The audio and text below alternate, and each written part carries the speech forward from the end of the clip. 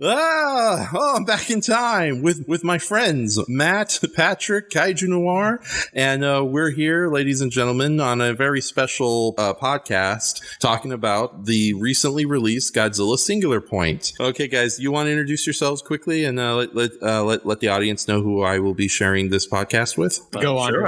All right, I guess I'll take the lead. Okay, yeah. I am Andres Perez, aka Kaiju Noir, also the writer of the independent Kaiju giant robot comic book series, Primal Warrior Draco Azul. All right, nice. You want to go next, Patrick? Sure. I am Patrick Galvan. I am a film journalist who has written a lot about Japanese cinema over the last 7 or 8 years for websites like sci-fi.com, ToKingdom.com, Our Culture magazine. I am also a core organizer of the online convention Kaiju Masterclass, which we first one was held in October of last year, and the second one is going to be happening in October of this year, 2021. Excellent. And I am Matt Burkett. I am the owner and lead editor over at Monstrosities, a blog of Tokusatsu right here on the YouTube.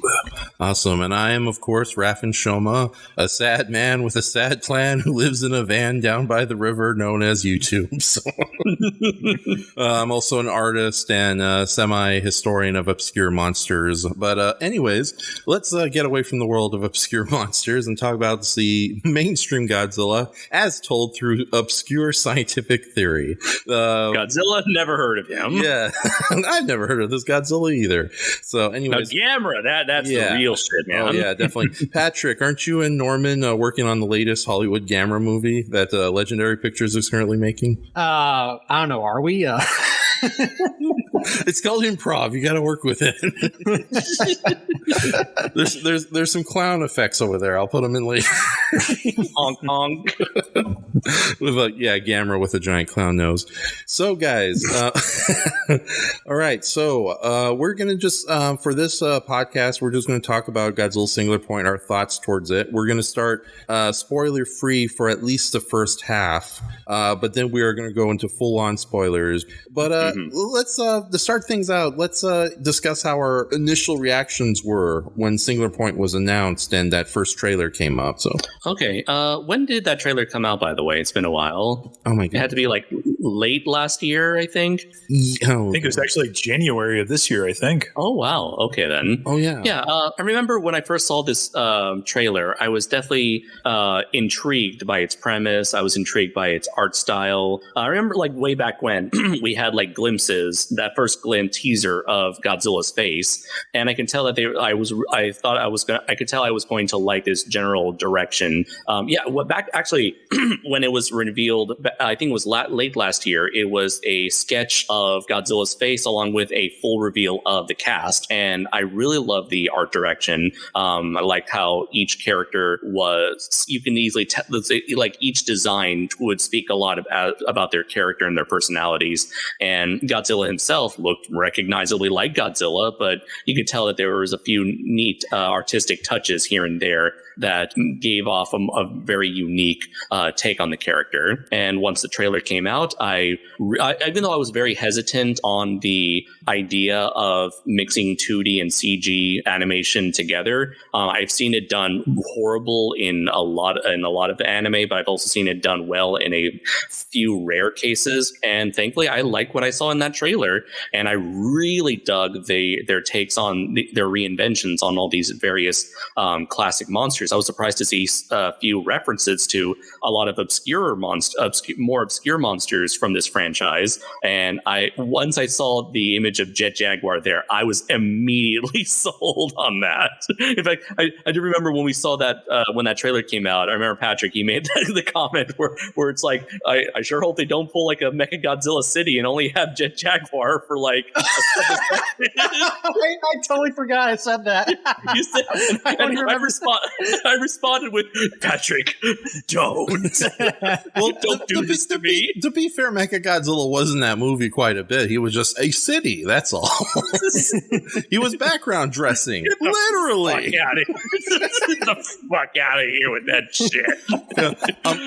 Go on. But I will say that as someone who did not enjoy the previous Godzilla anime trilogy as a whole, this looked to be far more interesting and captivating than anything that I saw go with that original trilogy. So I was cautiously optimistic, especially, but I was like more optimistic given the level of talent that was on board this production and the people who were announced to be attached to said project. Yeah, I will say this quickly, like Godzilla Singular Point almost came out of nowhere when you think about it, because the Polygon trilogy had a bit of build-up when it was initially announced, so much so that when the false hoax pictures came up of, oh, this is our new anime Godzilla, look how big his spines are, we were literally fooled for a little while. With Godzilla Singular Point, it was like a day when they featured that sketch of Godzilla's face, and then it felt like literally the same day, all of a sudden, oh, it's official and all that. And yeah, not to name names, there was a lot of people who thought this was another fan hoax. And as Matt said earlier, this started all way back in January this year. So unlike the madness behind Godzilla versus Kong, or we did not have to wait too long for this to finally air. Right. Yeah, and it was like, we'll get more into, if you guys know the story more in detail on why we're getting so much animation from Japan, and we'll discuss that in a little bit before we move on to our thoughts about the show. But what was your initial reactions to all this, Patrick? Well, I've been cautiously optimistic about Godzilla anything for the last, well, pretty much ever since the Godzilla series kind of began again with 2014. And actually, I'm not even sure if I saw the trailer for Singular Point at all. I don't know if I've even seen it to this day. I remember seeing the sketch of Godzilla in profile, like, the black background, kind of like with Shin Godzilla, just with kind of like a whitish sketch of the character design as opposed to a full-fledged illustration. I remember seeing that. I'd never heard of the director Atsushi Takahashi. I don't think I'd even heard of the writer, whose name escapes me at the moment. Toe and Joe. That's it. Thank you. And I really I didn't know very much about the creators ahead of time, and I didn't want to know too much about the show ahead of time. So I just kind of stayed in the dark intentionally about the show until basically it started becoming available in Japan. So I was like with everything, beginning with 2014 to the present day, I went in hoping for the best, but not expecting to be blown away, not expecting to be appalled by it. Just waiting to see, what it is and hoping to get some kind of positive value. I went in, optimistic about it, and just waiting to see, what it was, so I could hopefully, evaluate it a little more, shall we say, unbiasedly compared to people who go in saying, oh yeah, it's going to be great or it's going to be horrible. I just wanted to see it. I just want to have an honest, straightforward, unprejudiced reaction. So I deliberately stayed in the shadow, away from information and trailers and so on and so forth. Those are basically my very ambiguous, ambivalent first impressions about Singular Point when it was on the road to being released. Mm-hmm. And Matt, of the four of us, you've technically been the biggest champion in the Godzilla fan community as far as hyping up Singular Point with your weekly videos and streams, as well as your actual good videos. Damn it, that came out wrong. It didn't come out wrong because you're right. Yeah. Self-deprecation. Spread it around, ladies and gentlemen. But no, I meant the different, your weekly streams where you spend an hour to 90 minutes talking about each and every episode, which has always been extremely fun, but also the professional major videos talking about the background of monsters and all the research you've done. Yeah. So going so far more in depth than anyone else I've seen in this community. Yeah. In terms of Singular Point coverage. Yeah. It's that's why I'm so happy you're on the podcast. It's we're already the three-headed Ghidorah, but you're the mecha armor that makes us Mecha King Ghidorah. Is it Emmy who controls Mecha King Ghidorah? Yes, there's a little you piloting all three of us. So. Yeah, I'm the robot head. Yeah. I'm Kevin. Well, there was time travel and time stuff involved with Godzilla versus King Ghidorah too, so it's only appropriate. There you go. Yeah, but Matt, what was your initial feelings when you first saw the trailer and the concept art, and it's like, because you kind of fell in love with this right away, so to speak. Well, I was looking forward to it, and I'm not going to lie. A lot of especially the weekly stuff. I mean, I'm not trying to pretend it's anything, supremely nutritious. It was done because I thought it would be a way to bring in some viewership. It would be a way to bring in some numbers. Little did I know it would turn into one of my favorite things to do for 13 weeks, drawing in anywhere between, 100 to 200 people. I think the last episode we had was almost 400 people, for like 2 hours. And, seeing the concept art drop, like, very intrigued. You see that the entire roster of characters and just the diversity in the faces, and you're just like, who are these people? And when the trailer actually dropped, and you're just seeing things that we thought were Titanosaurus, things that we thought were Gabra, you're just like, what the hell is this going to be? So it started as kind of just I'm intrigued, let's roll with this. It's the latest and greatest, so let's try to cover this. But within doing that coverage, within trying to take that extra step and really trying to hit this thing on the video scene, it turned into something that I honestly have a lot of respect for. It's something that I have been very much intrigued by. I admit that it has its problems, just like any other entry in the franchise does. But I mean, it's just become one of my personal favorites on a couple different levels, But yeah, it's good stuff. And this is coming from somebody who really enjoyed the Polygon trilogy, and more so than just the really awesome experiences you had actually seeing those movies in Japan, correct? Yeah. I mean, I'm extremely biased towards those movies. I will say, and I've said this publicly before on my streams, Singular Point is better than the Polygon trilogy. The Polygon trilogy I also personally love because my second greatest love besides giant monsters is science fiction. It's Star Wars, it's Star Trek, it's the 2000 version of Battlestar Galactica, and I don't know how much more Battlestar Galactica you can get other than the Polygon trilogy, and I love it on that front.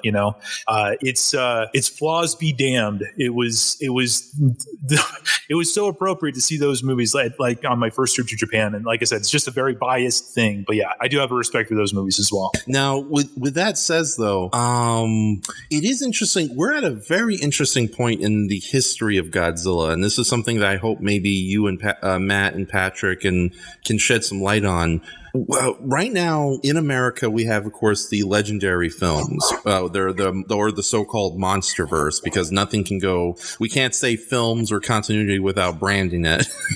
We're giving it some fan name or some nonsense like that, which have been fairly successful, to say the least. It's like, what is it? Godzilla vs. Kong was considered a box office success, but any other normal non-pandemic plague-ridden year, it probably would have done so business and been mocked by Hollywood as another stinker starring Godzilla's big stinky feet. So trust me, that's what the trades would have said. So. But at the same time, though, Japan is making their own films on the other side. We kind of had Shin Godzilla in between the success of the MonsterVerse. Now we have both the Polygon trilogy as well as Godzilla Singular Point, and this is very reminiscent of what Patrick once mentioned in one of Andres's past podcasts, that when Godzilla 98 came out, there was a serious plan to actually have different Godzilla medium on both sides of the Pacific, which didn't really pan out for various reasons. But now here we are. Although, is there some, I would like, if you happen to know the answer, is there some real reason why Japan has gone with animation and American instead of trying their hand at more live action like they did, like they started out with Shin Godzilla? Correct me if I'm wrong, but I originally thought that this was sort of like a loophole, because I think there was a contractual agreement. Yeah, that's where what I was thinking too. Yeah, where Toho could not make any movies up until 2020, with the sole exception exception being Shin Godzilla. And so the anime trilogy, as I'm assuming singular point to an extent, are like their workaround around this, or like their means of, or if not, I could see this as potentially being their means of trying to make something that's not like what's going on with the MonsterVerse films, but it's sort of like their means of capitalizing on their brand, which has this newfound popularity. So it's like their means of going off in a different direction that doesn't step on Legendary and Warner Brothers' toes. I recall, I haven't checked it in a while, but I remember, I think it was when Higuchi came to G-Fest in 2017, he mentioned some of the effect of like Toho's contract with Warner Brothers / Legendary, whatever was. Yeah, it was some kind of. No, Patrick, you're right. You're right. I was there at that panel, and you're right. Yeah, I think like Higuchi said something to the effect of like, our contract stated that Shin Godzilla could be made like in the middle of the year instead of at the end of the year, like as usual with Toho's Godzilla films, and their contracts stipulated that there was they couldn't do any live action films for X amount of years. It's been a while since I have kind of gone back and watched this. I think somebody actually uploaded it to YouTube, but it was something to the effect that there was like a very small gap of time that they had where they could actually make a live action movie. And it was like 2 or 3 years or something. And so they had to rush it into production. But as far as like why they're doing animation, there was that article that appeared in 2018 around the time of City on the Edge of Battle. I forget the guy's name, but he was like one of the leads of just marketing Godzilla. But he was talking about how animation was, one of these mediums that they wanted to try to utilize to reach more people, And I'm sure that there probably is contractual things behind that and stuff. I'm just trying to reference actual sources and off the top of my head instead of making assumptions. But, and just going off of that, though, it's like I can see why it would. Anime has a much broader reach than Tokusatsu does. Definitely. And also don't forget, like Shin Godzilla's success was practically unexpected. I mean, nobody thought it was going to be as big of a film as it ended up becoming. So even in America, ending up in 10th place on the top 10 films during its U.S. theatrical release. Yeah, it got an extended run in theaters in America, whereas Godzilla 2000, just vanished, pretty quickly right when it came out. Though, and like even when Shin Godzilla came out, it's like the only reason why most people even paid any sort of attention to it, I want to say, is because of its association with Hideaki Anno, with definitely. Of course Evangelion being like one of, if not the largest, most well-known anime franchises in Japan. Mm-hmm. It's a good Matt, you bring up that's an excellent point, because as sad it is to say, animation, despite the kind of we're still in America, we still have that bias that animation is for kids stuff, or animation is only good for comedies and all that. But at the same time, historically, animation is way easier to sell to foreign markets than programs actually starring foreigners or live action individuals. And that is probably one of the main reasons why Tokusatsu has been impossible to bring over to America, while Speed Racer and billions of other television shows of the animated Japanese variety have basically become American icons in their own right. And not only that, but I think maybe we've never really delved into Godzilla as far as animation goes, not counting the two big exceptions, of course, being the Hanna-Barbera series from 78 and Godzilla the animated series. Both of them I like for their own rights, even knowing that, everyone despises the former over the latter. I don't care. The Earth Eater rocks. Anyways. But I'm kind of happy. Here's my portfolio of my entire collection. I got the seaweed creature and the gravity Goliath, and here's the Guardians Ramal, and they're, with stuck up stone monsters who are freezing people. Anyways, back to Singular Point.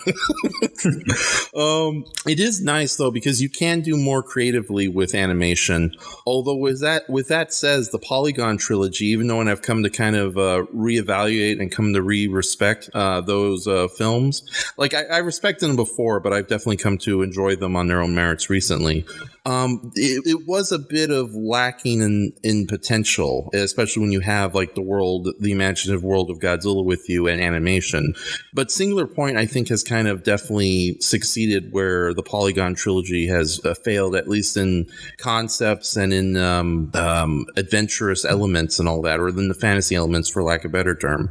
And it's funny too, because in my notes here, I was just like Patrick. I was completely unaware of who any of these people were who were working on it. So this was like definitely kind of filling the veins with more creative blood. Although I was slightly familiar with To Injo, the guy behind the main writer of this series. Is he the main writer, or we can just say he's just the writer, period?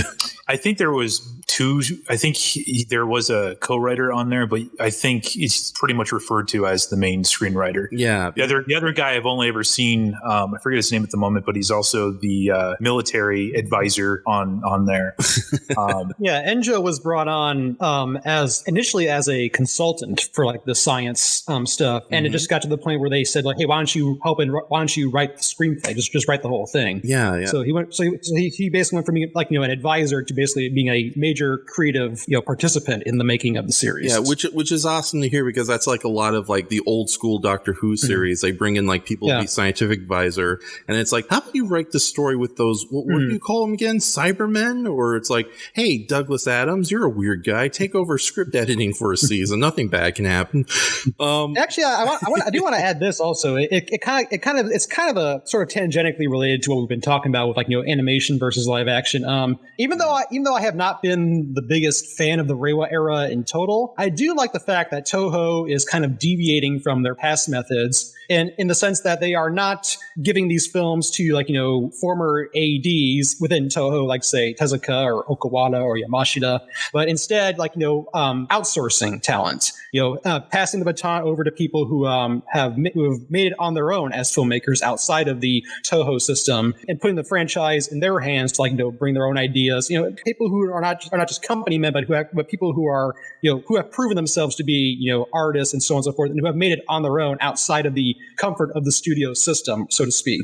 You have Anno, you have the anime guys, you have Takahashi, who is a freelancer, and so on and so forth. Of course, these guys had backgrounds working within studios. Like I think Takahashi, wasn't he like an animator on like Spirited Away? I think no, that was, or he was a storyboard artist for that. He was involved in some capacity, and of course Anno worked on Nausicaa, Valley of the Wind, and so on and so forth. But anyways, my point is that these guys have experience working within the systems, but they're mostly their auteurs. They're guys who have made it on their own as directors, and they have visions and ideas, and they have a proven background as filmmakers. And I think that's a very good first step to getting the Godzilla series back towards greatness. Whereas I really do think that a big problem that befell the series in the 90s and such was that, number one, we had Tanaka taking a much smaller role in the franchise, not bringing as much. Therefore, we didn't have as demanding a producer involved. When I look at some of the later 90s films, I can't imagine if Tanaka was still the main producer in charge. I can't imagine, for example, that he would have accepted the space battle in Space Godzilla, for example. I'm sure he would have said, no, I don't care how much money it takes, go back and do it again. Yeah, well, you have to understand, Tanaka had a bunch of leftover sugar cubes, and it's like, hey, we got to use these for meteorites, so take them. I'm old. And also the directors in charge of some of those later films, like Okawara and Yamashita and Tezuka, I mean, they were just basically, they were former ADs at a time when being an AD at Toho didn't really mean anything anymore. As I've talked about a number of times, a number of places, back in Honda's day and Fukuda's day, ADs at Toho were directors in training. When you were an AD at Toho, you were not just helping out on the set, you were being actively trained to become a filmmaker. And your AD and your seniors would take you under their wing, and they would teach you the entire process of making a film, writing scripts, polishing scripts, directing, working with the actors, the editors, the art staff, doing, sometimes standing in for actors in certain scenes, just get an idea of what actors do and so on and so forth. It was a full-fledged training system. Yeah, it's kind of reminiscent of what Roger Corman did during his New World days, where he'd take on all these talent, and they would New World was unofficially the best school for filmmaking that existed back then. So flash forward the 70s, where that kind of thing doesn't exist at Toho anymore. This is the era in which people like Okawara and such are coming up, and that kind of experience just isn't there anymore. Okawara, Godzilla vs. Mothra was his second film he'd ever directed his entire career. I think Space Godzilla was Yamashita's third and final film. Tezuka had never directed anything before Megagiras, and so these guys were just jumping in feet first, literally, and they didn't have the great luxury of that great background that Honda had back in his day, or Fukuda. And therefore, I think it's not all that surprising that when you look at that sort of dip in quality in the franchise, a lot of the better films from that era were made not by the former ADs, but by the freelancers, people like Kazuki Omori and Kaneko, the guys who were not part of Toho, but were brought in by Toho because they had proven themselves as filmmakers and that they were given the reins to make a Godzilla film. And so I like the fact, going back to my original point, I like the fact that Toho is kind of doing that again now with the Reiwa era, bringing in Ano, Shishida, Suzuno, and now Takahashi, these guys who have done it on their own and are now making films. And now they are being guys they're now being handed the reins to bring Godzilla into a new generation. I think that's, even though again I'm not overly fond of the Reiwa era, I think that's a very good first step to getting Godzilla back to getting Godzilla, making Godzilla better than he has been in general for the last 30-some years. Yeah, that's a very good point, because it reminds there is like a similar set of thinking in like the comic book industry. If you want to try something new with the character, you bring in outside blood. Granted, though, in recent years, in current times, that's proven to be something of a disaster, because how many times can DC Comics keep hiring people who hate Superman to write for Superman? And you see the horrible results in multiple medias. So in my version, Superman, he sexually assaults people in prison. It's like, come on, guys. But go on, Andres. I was just going to say, like, that is a sort of, it's a thing I've noticed in both like with comics and with film itself, where they're always they tend to look for like fresh new talent, but they end up sort of turning these batch of fresh talent into sort of essentially studio yes men. I want to say, like, no disrespect to Gareth Edwards, but like pretty much like every director that they've gotten for the Monsterverse, Jordan Vogt Roberts, Gareth Edwards, I'm already blanking on their names. Who did King of the Monsters and GVK? Michael Dougherty and Adam Wingard. Thank you very much. All four of them did not really accomplish a whole lot prior to getting the attention of Warner Brothers. It was essentially they had somewhat of made like one or two films, indie films, and then they were just plucked from that scene and given these massive tentpole films, pretty much like the exact opposite of what Patrick was talking about in terms of getting actual accomplished visionary directors or writers to take charge of these projects. So as a result, you got these directors who are and this is a case with like practically majority of Hollywood movies these days, where they're just taking these, rather than getting like people on the level of say a Spielberg or a Tarantino or Tim Burton, you're getting these Del Toro, you're getting these like indie directors that I assume are more easy to control / manipulate and get them to do what the studio wants, rather than having someone with enough clout to make all the decisions. So in terms of like the Reiwa era, I am interested in seeing more accomplished people within the entertainment industry do their takes on Godzilla and provide like interesting new original takes, as opposed to what we sort of got with the Millennium era, where it was just sort of like rehashing the same things over and over again, and what the Monsterverse, just rehashing all those same things, just with a new coat of CGI paint. Yeah, and I'm glad you said that, because I really wanted to get into the point that the legendary films or the Monsterverse, every time I say that, I feel like I'm a whore on the corner for Warner Brothers. A prostitute. You say you need to make another couple of theory videos. No, Gareth Edwards, you're not allowed in here. Gonna feel like a proper shell, mate. You're fired. I'm giving the project to another director. That's a funny thing. The Warner Brothers movies. Oh, thank God, that sounded a lot nicer. They do fall into a lot of the same traps that major Hollywood does, especially in its world building and logic. One of the things about the legendary films I can't stand, that personally rubs me the wrong way, is its reliance on radiation is magic logic, which gets so bad in some of those movies that it makes even the 1950s monster movies that these films are supposed to be poking fun at or homage look subtle and tame by comparison. It's like, yeah, radiation was a subplot, but it was never the reason that all this magical stuff is happening. But with that said, that kind of brings a good point, because I wanted to mention the writer To Injo, not to be mistaken with the killer robot King Joe. I'm sorry, I had to. I'm sorry. You though, Raph? Did you really? Of course. Dad jokes abound here at Enshohma's channel. Terrible, obscure, horrible, pun-based dad jokes. But speaking of obscure and bizarre, it's funny because Enjo, I was actually familiar with his works before I even heard his name connected to Singular Point, because one of my all-time favorite animated series, or just television shows in general, was Space Dandy from 2014. A series that unfortunately kind of went under the radar, both animation and science fiction fans, especially here in America. Every time I bring up Space Dandy, it's like I'm talking about a horrific war atrocity as far as they're concerned. But Enjo, the series Space Dandy, it's basically a comedy space adventure about about the titular cool dude going around the universe trying to capture aliens, not for any nefarious reasons, just to make a buck, as the aliens are cataloged for government reasons, but nothing major. It's just a naked excuse to have an anthology type feel of just wacky adventures every episode. But Enjo actually wrote scripts for two of the more somber, scientifically heavy episodes. And when I heard his name and then realized he did 2 episodes of Space Dandy, I was like, okay, let me see how those went. And of course, very much like, say, Arthur C. Clarke or Douglas Adams, he can do science fiction, but when he gets into the science of the fiction, it's like he goes in there deep, because the 2 episodes he did for Space Dandy, I'll quickly mention. The first one was episode 11, I'm Never Remembering You, Baby. The episode is dealing with an otherworldly library named Legardo, and it begins on a slight play on Schrodinger's cat. I know I said that wrong, okay?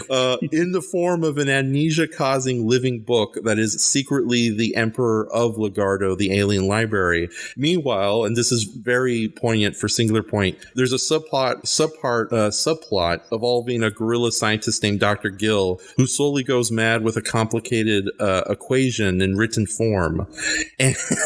And then the second episode, and this is definitely kind of shows you how insane Enjo can get with his scientific theory, is an other dimensional tale, baby. That's episode 24 of Space Dandy. It's another somber episode, although this one's a little more upbeat. And it's basically a romantic drama where Dandy is reunited with his lost lover, Catherine, a computer-generated transparent box-like fourth-dimensional life form, as the two of them have to work together to stop an invasion from the 8-bit video game-like second dimension, led by the tyrannical rectangle named Paul. So...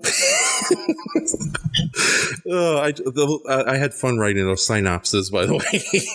And I'm not making sure you did. Yes. But yeah, that gives you an idea. And from what I understand, from what Matt mentioned of some of his books and some of his other works, yeah, Enjo is definitely a very interesting dude. So to give him Godzilla Singular Point is exactly the same kind of feeling I got when it's like I was getting to Doctor Who and somebody told me, Douglas Adams wrote a couple episodes of Doctor Who. And it's like, what?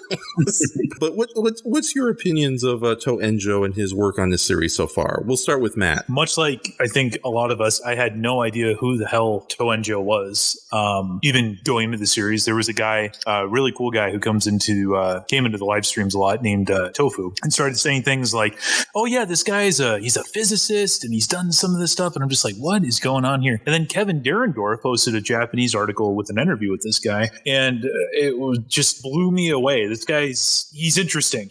And like you were saying, Raph, the guy, when he goes deep with the science, he goes deep with the science. And at the very least, I think he was a very good choice. I think it was something different. And as Patrick and Andres were saying about the Rewire, I mean, that's exactly the kind of stuff that we need right now. I still haven't read, I have his book. I think it's the only one right now that's released out here in the States, called Self-Reference Engine. But you just flip through that and it just looks like everything from Singular Point. You're just like, what is it's all Ashihara's notes in there. Yeah, pretty much.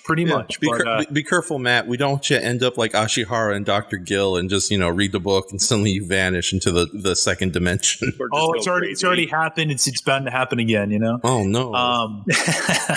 But no, it's not really that profound, but I mean, it's interesting and it makes me want to read more about this guy, read more of his work for sure, and see what else is capable of doing. With that said, though, what I enjoy enjoyed most about Singular Point, we're getting to the series proper and story, is it does a good mix of just general adventure, real, for lack of a better term, freaky deaky science fiction, and I do with like emphasis on science, as opposed to, again, the Warner Brothers movies going like, big monster, radiation, magic, space fantasy, Jedi bullshit. And also just like really appealing character, like not the greatest character drama I've seen from Godzilla or anything in anime, but just really appealing characters. I think somebody humorously compared Godzilla Singular Point to like Arthur C. Clarke's Gravity Falls or something of that nature. And if you're familiar with Gravity Falls, it's kind of a similar thing where Small Down deals with supernatural phenomenon in various monstrous forms, although with Godzilla Singular Point, it's definitely done with a completely straight face. So with that said, what do you guys enjoyed most about the story? And I think at this point, if you need to go into spoilers, by all means, go into spoilers. So what I really enjoyed was it's as complicated as the science, technobabble, exposition, what have you, can be at many points of this series. When you get right down to it, it's a pretty simple, easy to follow plot where essentially you have monsters running amok. Nobody knows where they're coming from. And so you have characters reacting to this and attempting to get to the bottom of it, trying to uncover this mystery involving forces far beyond anything humanity has ever encountered before. And I love how it portrays this very grounded, almost realistic take on how humanity would react in the face of such a crisis, in the face of such overwhelming discoveries that completely changed the very laws of physics and nature and science itself. And so it just takes it takes this basic concept of it. Essentially, it felt when I saw the trailer and eventually watched the series, it reminded me essentially of like, do you guys remember that like trading card series, Dinosaurs Attack? No, it was like the follow up to Mars Attacks. Yeah, and that was the card game that got adapted into the Tim Burton film of the same name. Yeah, and the plot of Dinosaur Attacks, ironically enough, is that there's like a time travel experiment gone horribly wrong, and dinosaurs keep invading the modern world, killing people constantly in gory and hilarious ways. And then it's eventually revealed, oh no, it wasn't the time travel experiment gone wrong. There's an interdimensional dinosaur Satan called the Saurian who is responsible for everything. So, and now that you mention it, I see a little bit of that in Singular Point. Essentially, dinosaurs run amok, and that's what we got here. And it's just a matter of here's these characters reacting to that, and it eventually quickly is that, or not quickly, but it eventually turns into a sort of a race against time as they learn just how dire the situation really is, which also helps amp up the stakes and the tension. We should probably mention that like Takahashi has cited Shin Godzilla as one of his two favorite Godzilla films, that and of course the original film. And that's that his liking of Shin Godzilla is not hidden whatsoever throughout Singular Point. It's pretty obvious at a number of points, visually as well as narratively. It was weird when all the monsters' tails transformed to Ann Patterson speaking a weird English. Like what was that about? I was about to say you can essentially call this Shin Godzilla the series. Or as I like to call it, Godzilla Shingular Point. There you go. There's a pun we can stand behind. But what I like about it is that it took a lot of the I think better ideas in Shin Godzilla, and in my opinion, did them better than what Shin Godzilla did. Like for example, in Shin Godzilla, you have that whole thing of the mysterious Dr. Goromaki, the character who's never seen, but who basically set up everything that happened throughout the film. Right. Who basically allowed it to happen. Here we got kind of that similar thing of this the mysterious character of Ashihara, who is for long stretches of the whole series just talked about and referenced to what was this? Who was this guy? What was he doing? What was he trying to get to the bottom of? What was he exploring and trying to come up with, and so on and so forth.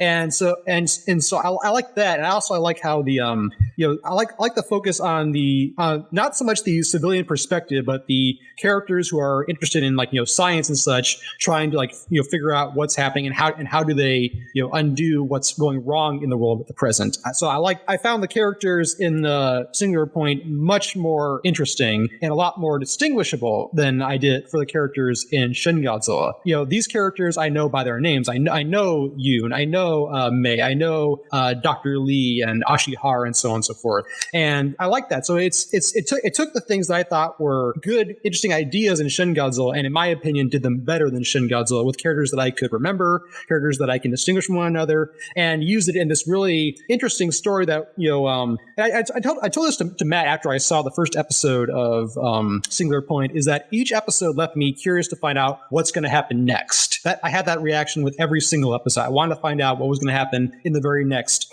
installment in this story, in this series. So that was probably for me the two most interesting things about it was, you know, taking those things that, you know, we'd seen in Shin Godzilla, do something a little different with it, doing it better in my opinion, and doing it in that sort of cliffhanger way of like, okay, what's going to happen in the next installment of the series. So that's what I found really appealing about it. Okay. And you know, before we move on to Matt's opinion of it, I do want to give a shout out to the character designer Keizu Kato, who is the manga creator behind Blue Exorcist, which is a fantasy adventure manga. And I really got to say, he did a really good job with the human characters, because usually in anime, this was a good mix between the unorthodox sort of anime characters where you can tell they have a different personality and just their designs alone, as well as being a bit offbeat, as opposed to the vast majority of anime where characters are overly beautiful or overly cute. And if you see an ugly or suspicious character, you know he, she, or it is a pure evil son of a bitch. Thankfully, this series definitely played around with designs and personalities. Hence, only in like a series like Singular Point could a character like BB be so suspicious looking. It turns out to be a pretty decent guy in the end. You still, AKA anime Brayton. Yeah, it's just to let you viewers know, our friend Brayton looks so much like BB. It's disturbing. It's ridiculous. I'll try to put like a side by side picture of the two of them right now. I remember he even did his own dub of the trailer where he voices BB. It's like, I'm not into anime, but I'm here for some reason. Yeah, but no, the character designs were fantastic, and just a wide variety of different ages and body types, and it's like I wish I saw more of that in anime. Ethnicities / nationalities. Yeah, that's another thing. Singular. I know Matt's going to dwell on this a lot more, but I think that's the main thing about Singular Point I really enjoyed was its global feel. Like, it's not like as much as I enjoyed Shin Godzilla, I really do agree with a lot of the arguments that it feels surprisingly limited in its worldview. Like, we spend more time with just Japanese bureaucrats, and maybe some services talk to like people outside of Japan, or even people who aren't bureaucrats. Like, I know Accented Cinema, their video on Shin Godzilla made the good argument that, yeah, we never really feel what the world is like for the citizens. And even though Singular Point is definitely pro-science, like almost everybody in this is a scientist, you still have bureaucrats, you still have military people, and they may not be on the forefront of the fight against the kaiju like the scientific or engineer characters, but they still matter, they still help, they still contribute. And we get a good idea just how massive and this is affecting just regular folks on the street, even with like really good sequences like the Rodans appearing in New York, and you see it it starts from the perspective of a little kid before we go onto the streets and see the mayhem going on. But Matt, how do you feel? How was the story and its characters handled in your opinion? What did you like about it, and what did you like about it? As far as like the characters go, I think that one of the biggest arguments I hear is how they're basically just kind of exposition dumps. And the story, it's very tight. It doesn't, take a lot of time to explore the love life of Yoon or to explore the psychological problems of Mei. It's not that kind of story. But going into the deep, complex backstory of Goro Otaki, right? Or the dark, tragic past of Barbells, or learn what hobbies BB's into when he's not trying to save the world. You don't need any of that stuff when you have a story that requires characters to be constantly moving forward and progressing the plot, the characters are always like in the moment trying to do something of vital importance. Right. But one of the really neat things about this show is that there is so much about these characters just within their surroundings, within their living space, within the food that they order, within their costume design. And that's something that I really enjoyed because, I'm sorry, I don't think that Godzilla really stands as having a lot of strong human characters. And even though that these aren't necessarily the most three-dimensional people that you've ever seen in your life. Because they're 2D animation. Yeah, there's certainly an interesting. As far as like the story goes and stuff, there are still a lot of things that I was hoping that it was going to address. I am glad they've kind of kicked the can further down the street, so there's still the promise that there could be some more stuff to come. But really, the ride was what I enjoyed. I enjoyed trying, like what Patrick was saying, just watching it week to week, not knowing what was going to happen. Anybody who sat there and said, "Oh, I know what's going to happen," is just full of something because nobody knew what this was going to turn into, And yeah, it's good stuff. And also just to quickly address how Shin Godzilla was affecting this particular thing. Toenjo has even stated that there was very early talks about having this stick very closely to Shin. So much so, like they wanted to possibly dive into how the government would react if these monsters actually came on. But he actually said that they didn't have anybody who knew anybody or who knew anything about that on staff. And I'm kind of glad they didn't go that route, But Shin hangs very heavily over this production from a reality standpoint. That's the thing that Andres really liked, but that was something that was set from the start, was the reality of the story, was to make it feel real instead of having it be in a fantasy setting or anything. And it achieves that very well, in my opinion. Yeah, absolutely. Yeah. I want to add one more thing earlier when you were talking about like how international this feels. And I think that could be like one of the benefits of having an animated project as opposed to live action / tokusatsu. I can only imagine that the very limited world view of Shin Godzilla was perhaps brought on as a result of like the limitations that perhaps Toho had in terms of being unable to have such a wide scope for that project. Meanwhile, in animation, you've essentially got illustrations and voice actors and everything else that comes with that in order to create a more detailed, more fleshed out world. And also to also build off of what Matt said in terms of the characters, I definitely agree that a lot of the things that flesh out these characters are definitely the more subtle moments, whether it's through like I feel like it's one of those things where like their actions speak louder than words, or rather, or whether it's like the actions or like the visual cues, or just like, a lot of their these characters' personalities shine through simply through just watching them whether, like you said, their choice of food, their choice of clothing, wardrobe, their choice of words, their language, their reactions to everything else, what they do in the heat of any particular moment. It's definitely a more subtle means of building a character without telling you like through dialogue what it is they do or how it is they feel about something. Yeah. Like there's this mantra that sadly isn't very much followed, especially in Hollywood filmmaking or just storytelling in general, that little character moments go a long way, and it can be and it can say a lot more about a character if they do a little thing that speaks volumes about that. Like the go-to example is the original Sam Raimi Spider-Man movies. You think J. Jonah Jameson is just pretty much an asshole comedy boss, but then you have that little character moment where when the Green Goblin is threatening his life and saying, "Where's Peter Parker?" he pretends he doesn't know who Peter Parker is, more or less. And that really says that, yeah, deep down, J. Jonah Jameson is a pretty stand-up guy. And in Godzilla Singular Point, there are so many wonderful little character details sprinkled throughout. Like Yoon, on the surface, you think Yoon is a pretty dull guy, but he loves his sugar and ice cream quite a bit, and he does have a bit of his own humorous personality. And even when the characters are fairly basic, there's enough likability and warmth to them. Like especially like with characters like Barbell, who unfortunately I keep forgetting his real name, just his wonderful name. Habaru, yes.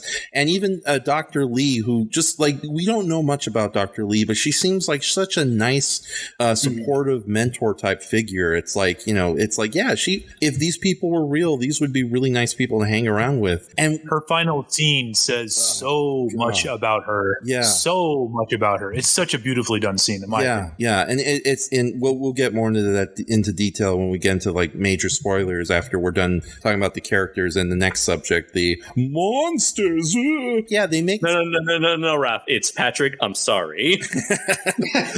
I forgot about that old cliche. There's an in joke right there. Yeah. So Patrick, I'm sorry. Yeah. But yeah, they make these characters so likable that even the closest thing we have to a full-on human villain, Tilda Miller, she's not, she isn't like your typical mustache-twirling, pure evil wench that we, want to see her get her comeuppance. It's like she's kind of understandable in the sense that, yeah, she's a very stubborn person with a limited worldview, but not to like a ridiculous Hollywood point where it's like, I don't care if monsters are attacking the world. I want my money. That kind of nonsense. And even BB is hilariously, he doesn't really consider the kaiju and the cataclysm to come from Godzilla a big deal, because like a lot of scientists, he just figures that something will happen down the line and they have some breathing room. But to his character and to the writers and the voice actors, when he finds out, holy crap, we only have like less than 4 hours before the end of the world, he suddenly gets on ball. He's on business. It's like, yeah, it's like, what's your plan, May? You're in charge now. And it's funny, we do get, like earlier you said that there was a lot of military or government characters they had to kind of put to the side. We do have some bureaucrats, good guy bureaucrats, which you don't really see often in fiction, in the form of Shinyu Sato and Yuki Kaneko. And Yuki Kaneko, along with the military general in the show, who I think his name is Makita K. Nakagawa. Oh, no. That's Lee's assistant. I'm sorry. I'm got them mistaken. They're both brawny guys.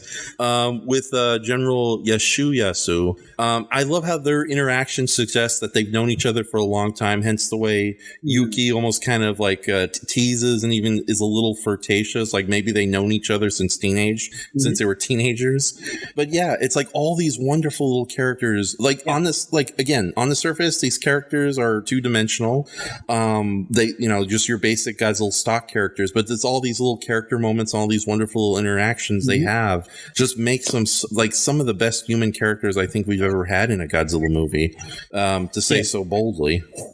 Yeah, no, I absolutely 100% agree. I mean, I don't think it's absolutely fundamental for us to know every little iota of a character's backstory to understand, get an idea of who they are. Just sometimes just have those little character moments can go a long way to add up to just give an idea of like, what their personalities are like, what are they like, what are they interested in. We don't have to know the full deep details to remember them and understand them and get an idea of who they are. And that's what I think makes these characters very, very appealing. I absolutely 100% agree with the example you gave. Like, the bureaucrat and the military person, just that one scene of them, like, on that little video conference call, you get so much, like, little moments that kind of hint at, like, their past background. And yeah, they could definitely go further with that and, like, say the next season or whatever. But just those little moments just add up in the long run, like making them more than just like, stock generic military bureaucrat characters that we get in other Godzilla films. That makes them more memorable, more interesting, and more fun to watch. That's the key thing. They're fun to watch while they're dealing with this, extremely unusual situation happening in the background behind them. That's what I find really appealing about the characters in this show. Yeah, another wonderful little character bit is like Bibi and Lena. You don't really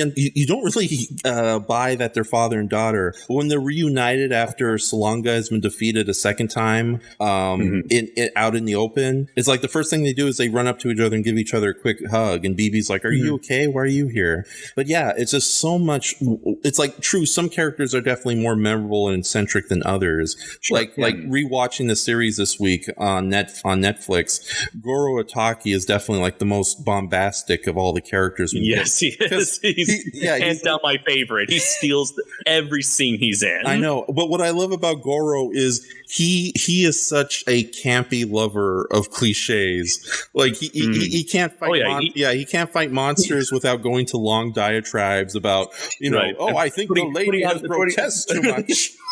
putting all of this heroic bravado on display. Yeah, that guy has read too many bedtime stories as a kid, and he's like, "This is my chance to shine as the hero." I know it's like, what is it like when he first fights Rodan? He says things like, "You've ruined the love and dreams of children with your horrible shadow. Now I'll defeat you." But then it's a really good humor with these characters too. It's like like Goro, when things go wrong, all of a sudden he goes like when Anglius is just bashing Jet Jaguar left and right with Goro inside. It's like, what did I ever do to you? Come on. So, and it's like, and I love the fact that like the character, like Yoon keeps a lot of the bigger details to himself until he needs to reveal it. So his conversations with Mai over the phone and the conversation between their two respective computer robot friends, all the other characters in the Otaki company just assume that he has a girlfriend, and then whenever he gets all scared at something, oh, what, they dump you already? So, but yeah, the human characters are really good, and it's just they're all so fun and awesome in their own ways. Even some of the minor characters we meet here and there, they have like little cool little character beats that makes them stand out and makes the world feel more living, as opposed to other Godzilla movies or even like modern day Hollywood. Like one of the biggest tragedies, I think, is because Hollywood has become so money conscious and so desperate to save a buck that extras are no longer allowed to improvise basic movement in the background. So you just have like these live action ciphers just walking around and not interacting to any of the insanity happening in the main scene.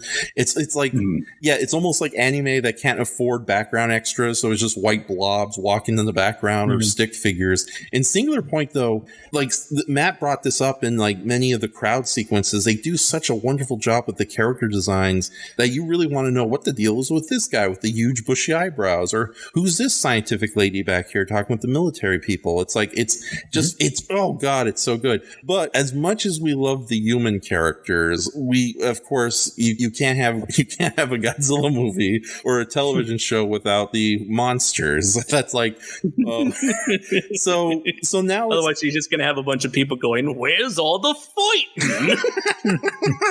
Yeah, which is before we get into our thoughts on the monsters, which is definitely, I don't want to say this because it's a little unfair to the show. They definitely do feel like a secondary element to the human and the scientific but the monsters still come off really good in this. But yeah, before we move into our thoughts about the monsters, the big old kaiju, as well as the monkey that isn't King Kong, Patrick, you're welcome. How do you, so far the reaction towards Singular Point has not been very positive amongst Godzilla fans, the same diehards who have spent 2 years screaming for Godzilla versus King Kong and have been posting like the most insane internet memes imaginable. Like I've joked with Andres and Brayton, I have seen too many pictures of dead monkeys and Godzilla covered in excrement these last 2 years to no longer be excited about Godzilla versus Kong. Here's why Godzilla would win. Blah, blah, blah, blah. Here's why Kong would win. You monkey. Yeah, exactly. Well, we know the true monkey was Salonga all along. But maybe the true monkeys were the friends we made along the way. No. And speaking of friends, Matt, how do you feel? Like, what's like so far the initial impression from like the larger American Godzilla community towards Singular Point has not been very positive. It's been like again, Milhouse from The Simpsons. When are we going to get to the kaiju fireworks factory? What's with all this damn scientific talk? And it's like we four don't really care about that. But are we a little concerned about how the general fans will think about this when it's finally watched and seen? No, because this wasn't made for them. Damn right. I mean, that's just the bottom line. Yeah. Most of the reasons why people that I've seen that people don't like this show and that are the most vocal about it, it's just it's whatever, you know. These are the same people that complain when people point out the flaws in something like GBK, King of the Monsters, whatever. But you know, they don't like it. They don't have to like it. They got almost 70 years worth of films that they can go back and watch, and the rest of us can sit back and enjoy it and talk about it and discuss it. Indeed, like what we're doing right now. Exactly. And it's so good you bring up that point. The Godzilla franchise, in my opinion, has been very fortunate in the sense that it's not as widespread or as confusing as, say, the Batman or Marvel Comics or even Power Rangers. My God, it's like last time I counted, there was like over 13 whatever episodes, 13,000 million, say whatever you will. It's not a complicated franchise. In fact, if you're pointed to the right direction, it's very easy to get a comprehensive idea what the whole Godzilla franchise is like.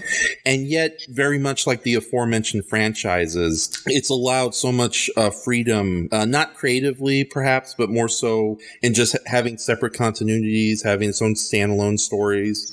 Like, thank goodness, I know a lot of people hate the Millennium series, but at least they were out in the open saying, oh yeah, each story is its own standalone anthology entry, as opposed to, like, say, Doctor Who, where they try to explain every continuity faux pas, like, a time wizard did it, you know, that kind of nonsense. Or hand-wavium, as they like to call it. Do you people hate the Millennium series? I thought it was just Megaguirus everybody hated. I don't like Megaguirus, but... Well, neither do I, but I thought that was just the one sore thumb that people. Well, okay, Final Wars is kind of divisive. I thought everybody else was just kind of like, you know, hey, 2000 GMK, Kiryu, all good. That was my impression. But yeah, I feel like the Millennium series has kind of gotten a reevaluation akin to the reevaluation of the Heisei era, where certain people are like, maybe these films aren't as great as we hype them up to be, with the shining exception being GMK. But even then, there are people where for them GMK is simply not to their taste. Yeah, and well, from my general reaction, I think a lot of American fans, especially the younger current ones, or the more gatekeeping wackaloons that we will not name, they prefer the Heisei series because I think it's like more basic Godzilla that they prefer, and it is pretty, I don't know, it's probably the most mundane of the Godzilla continuities. But with that said, that's one of the things I love about the Godzilla franchise, is that you can play around these characters, you can have different versions of them, and it hasn't been done to like the horrific extent as, say, like there's a billion different versions of Batman that nobody really cares about. Unfortunately, that still causes confusion because with Singular Point, this is where we finally talk about the monsters. They have their own unique take on the monsters, something that has been kind of a point of contention with a lot of Godzilla fans. The most insane example is like when the trailer came out and revealed all the obscurities that were coming back. All the mainstream Godzilla vs. Kong fans were like, "Oh, they're bringing back Gabra? Whoa, bad!" And then when it was revealed that it's not Gabra, it's a new monster named Salonga who just happens to take a cues from Gabra. It's like, that wasn't Gabra? Boo, bad. This is why I don't hang out with the Godzilla fan base, because I don't have to deal with this crap. I just hear about it from you guys. Right. You chose wisely, Patrick. Also, I'm sorry. But that's the thing. It's like, I love. Wait, so that really happened? People thought it was Gabra, and were upset, and then they were upset it wasn't Gabra at the end. Exactly, really? Exactly. From the same kind of people, or the people who are like upset, like, you know, spoiler alert, you know, Godzilla has transformations, and each transformation is an homage to a previous Toho character, and people are like, oh, why did they have to waste this great, awesome design that looks like Titanosaurus on not Titanosaurus? It should have not wasted such a design. It's like, you know, it's a bonus little Easter egg that they threw at you. You know, it's like they were never going to I'm pretty sure they were never going to involve Titanosaurus to begin with. So this was just a little Easter egg to all the Titanosaurus fans, and you're upset at that. Yeah, and not only that, but they wasted the design because it's not Titanosaurus. Who fucking cares? Yeah, and not only that, but it's like with the Godzilla franchise, it's not like these monsters only had like one film appearance and never came back. Because if you look at the wide variety of the franchise, Titanosaurus has been in a lot of things. Like he's been in books, he's been in mangas. There was even a short story sequel to the original Terra Mecha Godzilla where him and Katsu are alive in the distant future, uniting a robot army against corrupt humanity.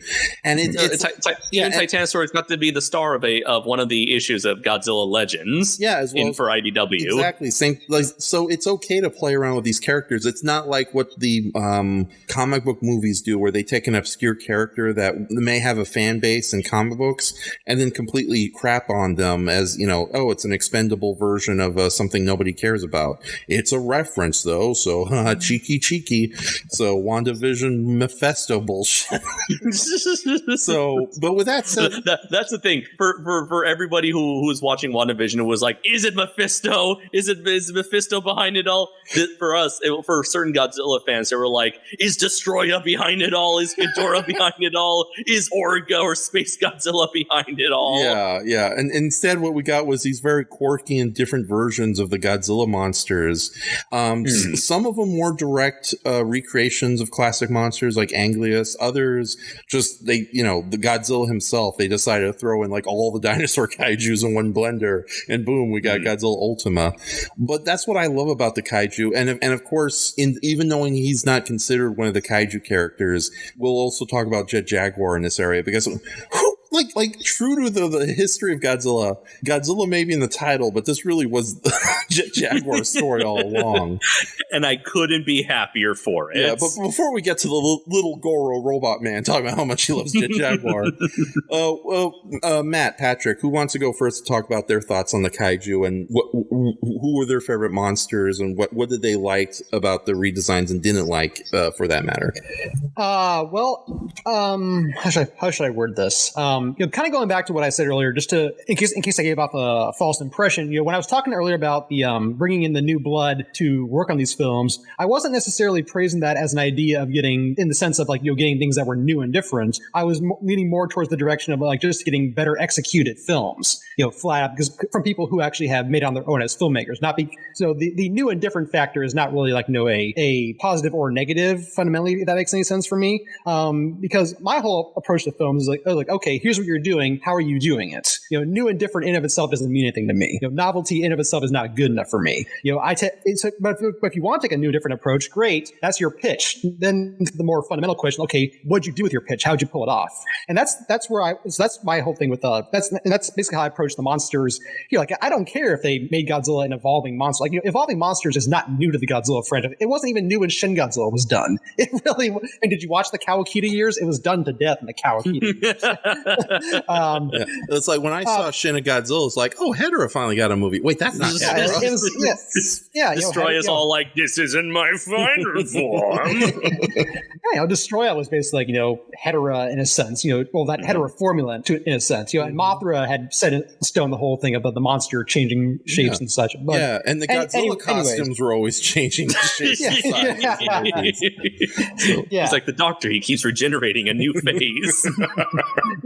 So, anyways, going back to what I was saying, so when I was watching this show and seeing that they had done again, because I went into the show knowing a little bad, so I had no idea that Rodan was being completely reimagined in a sort of Gauss-esque manner. I didn't know that Godzilla was going to have so many multiple, drastically different forms throughout the thing. I didn't know anything about Anguirus being reinvented and so on and so forth. So I didn't know anything about that. I was just but when I saw that it was new, I was like, okay, so it's new. What of it? What comes next? And what I liked about it was that they made it very, very interesting. With especially with Anguirus, the redesign was very good. But what I liked about Anguirus in particular was how they gave Anguirus a new ability, that whole time predicting with the thing with the spikes, and how that was relevant to the overall arc of the story. The whole thing of because time and relation to time is a major element in this series. And so that's what I liked about Anguirus. They brought in a new thing for him to do that was different and interesting. Then they connected it to the overall something that was relevant to the overall story. And that's what I found very appealing about Anguirus in particular. As for Godzilla, yeah, sure, he changed forms. That was interesting. They reimagined his atomic breath in a certain way. That was interesting.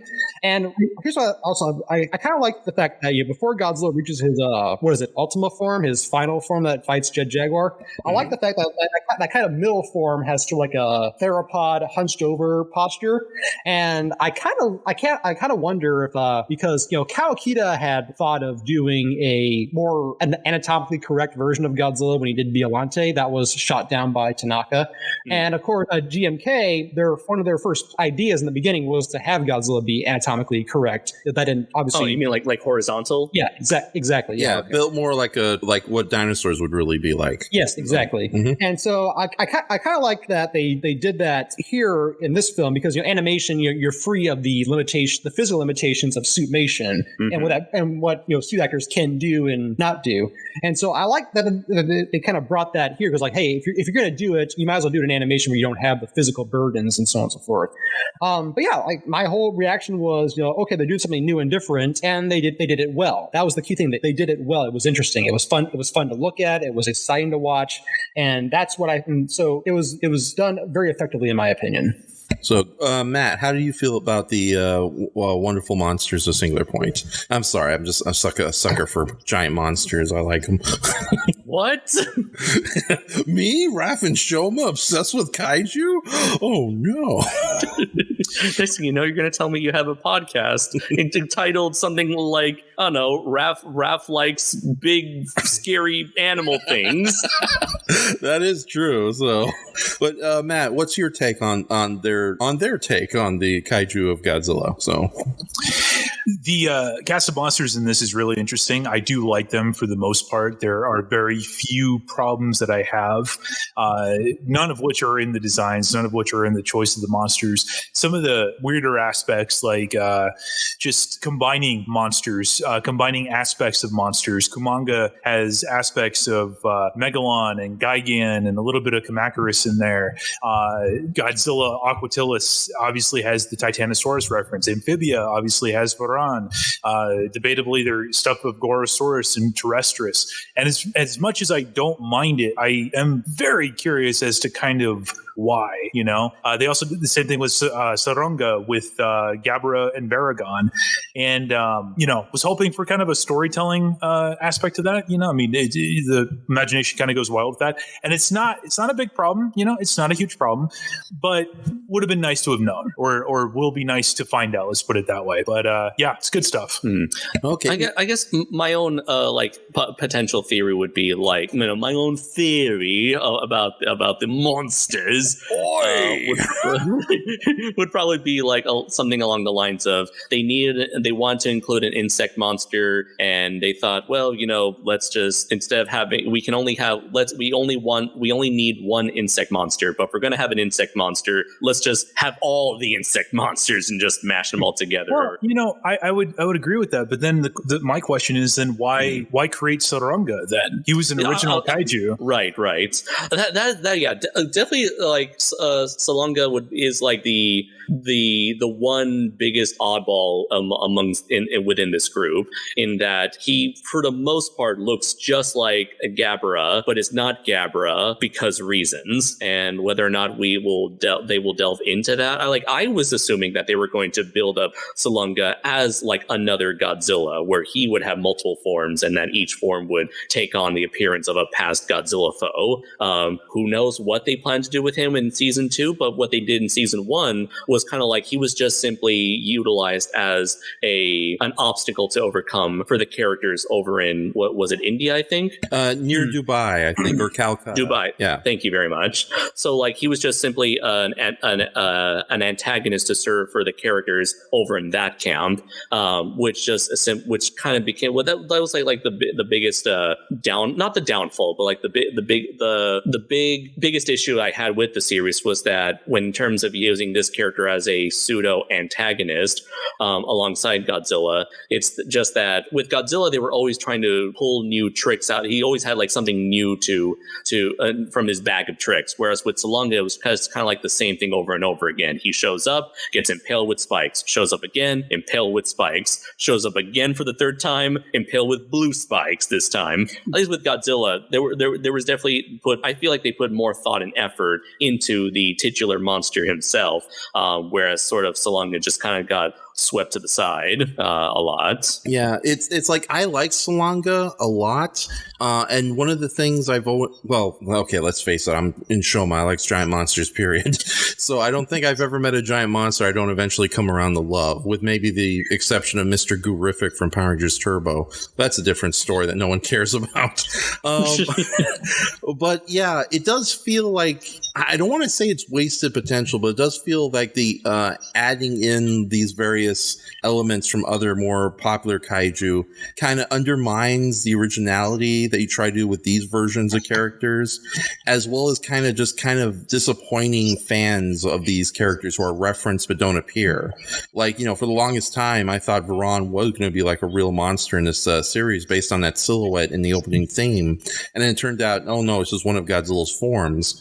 And again, it's okay because unlike most Godzilla fans, I have a wider view of the Godzilla franchise. So I know, hey, if Varan's not in this, that's okay. I'll pick up one of the 500 different things Varan's shown up in, even though his movie appearances are very minuscule. But yeah, it does feel like I think I know the reason, according to Matt's own video and the information given from the staff and the production crew, the reason they added Gabara and Baranga elements to Salonga was to get him away from looking just like a normal giant monkey, because he's basically a baboon monster. But at the same time, I think that was probably a bad idea, or at the very least, if you're gonna make him his own monster, like they should have at least changed his color instead of making him the familiar Gabara bright blue or greenish blue. Maybe make him like a weird mix of like yellow, red, and black, like a real baboon, but still have that weird creature design they had going. So yeah, it undermines the newer concepts and kind of disappoints the older references they're doing. Especially like I like their insane version of Kumanga, but yeah, it felt like a literal hodgepodge of not just Megalon and Gigan and Kumanga, but there was also the giant sea lice or Meganulon. The Meganulons, but also the Shakuras from Godzilla. Plus that big header looking thing popping out of their blood. Yeah, right. Which may or may not be their blood. yeah. It also didn't help that a giant Raymond Burr was in charge of the Kumanga nest. Like, what was that about? I see. And then at one point, the flying Kumanga just shot little Matthew Broderick dwarves out. Okay, no, I'm getting stupid ridiculous here right now. But yeah, it does feel a little confusing. Granted, though, with that said, Singular Point is filled with a lot of like in-jokes and references to the whole Godzilla franchise. Oh, yeah. But it doesn't feel as insulting or as annoyingly coy as, say, all the references you get in like mainstream superhero movies, where it's like, oh, this character you like? Well, there's a poster of him in the background, but you'll never see him. Or it's like, or it's, again, the freaking Mephisto problem in WandaVision. And it sucks that I have to go back to the damn Marvel movies because I'm desperately trying to get off that drug. Oh, just make fun of the Clash of the Titans remake with Movie the Owl. Like, hey, what's this? Oh, nobody cares. Put it back. Okay. Yeah, yeah, and it sucks. Or freaking King of the Monsters when they just brought the Oxygen Destroyer out of fucking nowhere. It's just Oxygen Destroyer. And like the funny thing is, people on online are upset. It's like, how come the people who don't like King of the Monsters hate the references in that movie, but they like the references in Singular Point? It's like, well, they're handled in a much more intelligent, less insulting way. Yeah. It's like I said earlier. It's not what you're going to do; it's how you're going to do it. That's Thank you. Yeah, exactly. I think what makes Singular Point's little jagging off of references so fun is because they really go deep diving in the references they pull out. It's not like the 2014 Godzilla movie where there's like Mothra Easter eggs everywhere. Here, it's like, again, getting back to the scene where we see the Rodans attack New York. There's that, you see the kids' stuffed dolls, and there's there's like at least 3 obscure American animated Godzilla villains in there, including Komodo Thrax and the giant Arctic turtle. Or like the poster of the beast from 20,000 Fathoms. Yeah, that was really cool. And to think that was, and that scene is even better because like now seeing the official subtitles and dubbed version, it's hilarious that May is looking over that picture of the beast of 25,000 Fathoms while Raquel Welch in her famous cave woman outfit is there. And May says to herself, it's like, how does a woman like that get a body? What does she work out every day? So yeah, there was a reference mixed with like a really good in-joke in there too. So, and especially when you consider the legacy that Godzilla, the origins of Godzilla creatively, and the legacy that the Beast of 25,000 Fathoms contribute to Godzilla's creation, that was a really cool call out. So I was surprised. Oh, absolutely. Yeah, I was surprised there was no reference to King Kong anywhere throughout the whole series, although I guess Salonga, maybe legal issues. Yeah. But then again, you had Salonga, so maybe that was your giant ape quota there. And of course, when you get like the Shin Godzilla style text messages, you kind of see like a funny looking gorilla avatar pop up every once in a while. So maybe that was their King Kong reference. But yeah, no, Singular Point did really good. Like, it's interesting what they did with the kaiju, but like Matt says, it is a bit confusing when it's like, here's our version of Kumanga. Oh wait, if you open up, there's a header inside, and if you put these attachments on, it's Gigan. So and it's a Kinder Egg surprise. Yeah, it's like a little Russian Kakashka doll, but it's filled with Kumanga. So, every inside is a new kaiju reference. Exactly. The invaders from War in Space. What are you doing in here? The mysterious. Oh god. So now, even knowing, okay, we could talk about the kaiju all along, but let's just get to like the 2 big boys of the series. Their version of Godzilla was interesting because, again, taking from Shin Godzilla, but kind of giving it an extra twist that, yeah, this monster is becoming so powerful because of its control and creation of red dust that that he can basically destroy the reality just by showing up, and that's one of the main reasons behind the cataclysm. But at the same time, it is a little surprising, not disappointing, because again, I'm used to Godzilla movies where Godzilla doesn't show up till the very end, or spending more time with these other characters. Like, as fun as Godzilla versus Mechagodzilla is, let's face it, Godzilla is barely in that. So, but yeah, it's weird how he did kind of take a backseat to everything else. Yeah, he was like the ultimate, and not the ultimate antagonist, but definitely the ultimate foil to everything that was going on. The Cataclysm himself, but he really does come off more as a MacGuffin in the series than ever before. How do you guys feel about how the way Godzilla himself was handled? Because we already know the fan community is all pissed off. It's like, where's Godzilla? Like, there he is. That's like, not enough.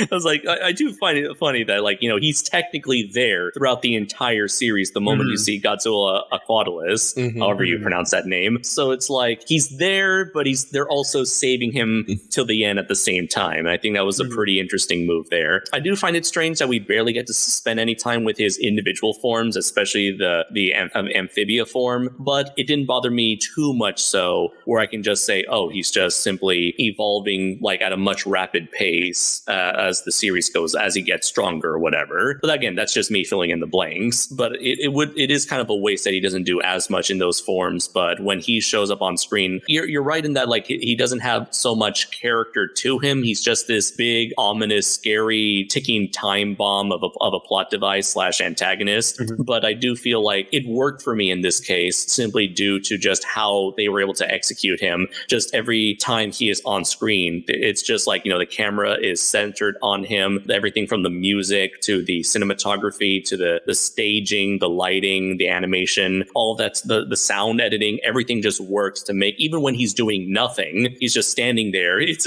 like, to quote SpongeBob, he's just standing there menacingly. And for me, it was effective enough to keep me engaged and captivated and keep my eyes on him anytime he makes an appearance. And so just having this overwhelming force of not even force of nature, this force that is like beyond nature, makes him for a very effective antagonist, or like antagonistic force for the characters to overcome, or to at least for the characters to have to be able to stop. And definitely once he shows up and shows off this godlike, this potentially world destroying force that is at his fingers, it is something that certainly, like, once that happens, that stakes have been raised to the absolute highest. And so, it's like, if our protagonists fail this, then that the world is going to be in a load of trouble, so much so that you can't even fathom what's going to happen next. Matt, do you want to go on next about your take on Godzilla? I liked it. I wish that I still have. I don't know. I'm trying to figure out how I can verbalize this. I like Ultima. I like his different forms. Like Andres, I kind of wish that the first two had a little bit more to do, because it just kind of, especially like Amphibia, just it didn't feel like it. We didn't get to know it. We didn't get to see it. At least Terrestris got to do some cool stuff. Had some cool new powers with that. The flesh coming out. Overtaking and all that stuff. Like, I really like that. And then with Ultima, like, as much as I like the design, it did feel kind of like, oh yeah, it's Godzilla. The breath scene, as cool as it was, I kind of felt like Diet Shin. It's weird because I wish they would have done a little bit more with it. I still really enjoy it. I still will champion it, but I kind of wish he was integrated a little bit more. And I don't have a problem with him not showing up as much, but I kind of, much like in Wrath of Khan, you don't have to see Khan every single scene, but it has to be about him. And I think they were trying to do that here. I don't know if they successfully did that, at least in my eyes. I need to rewatch the series again. But yeah, there's my unorganized thoughts on the matter. Yeah.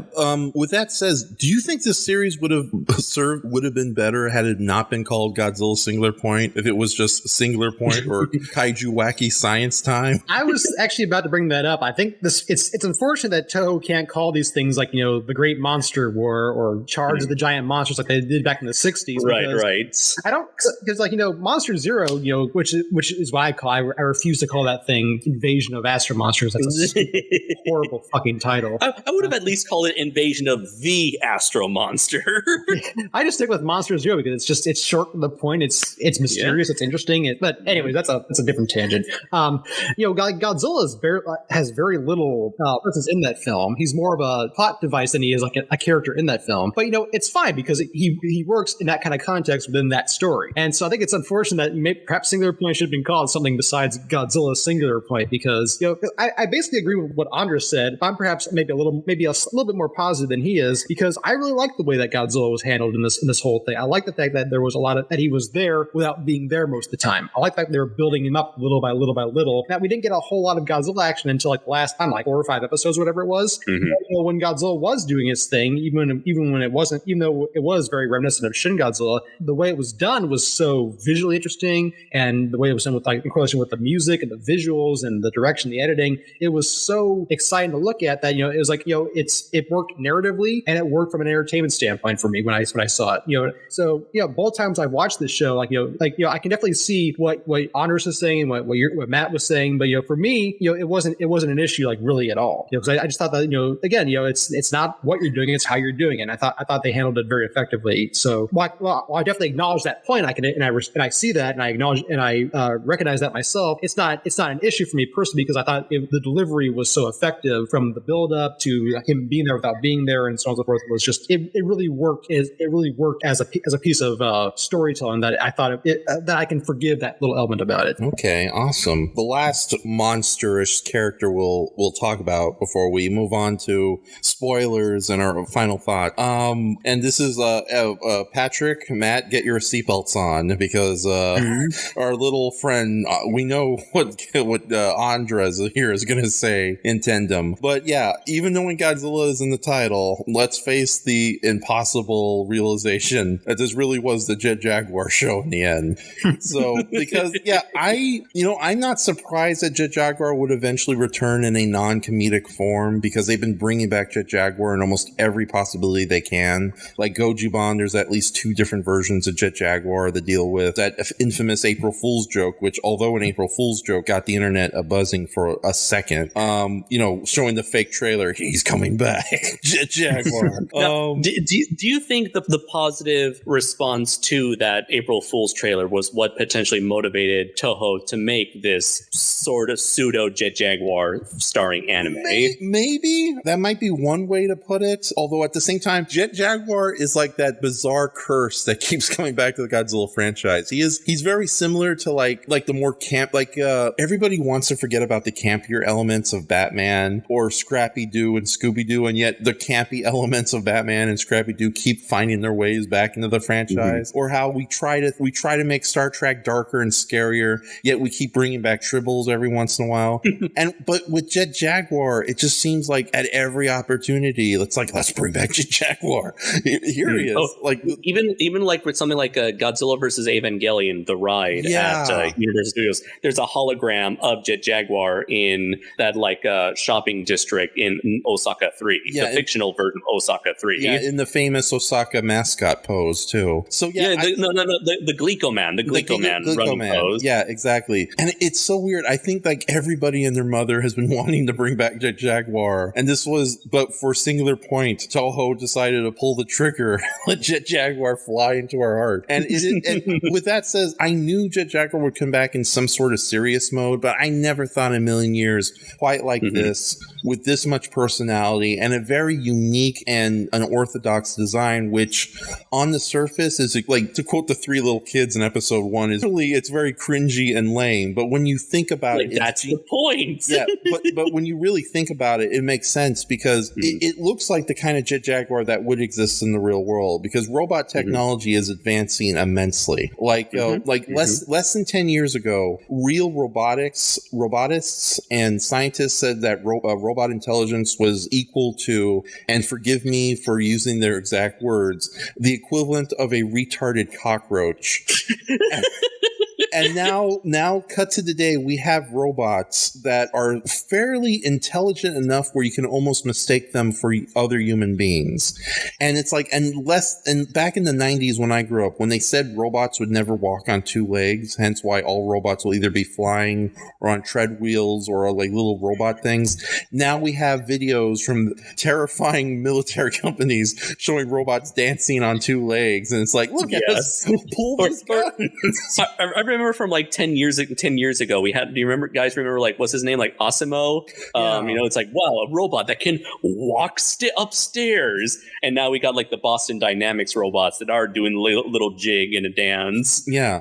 Busting a move, getting down with their bad selves. Yeah. Like jumping and doing like jump flips off of cartwheels and stuff.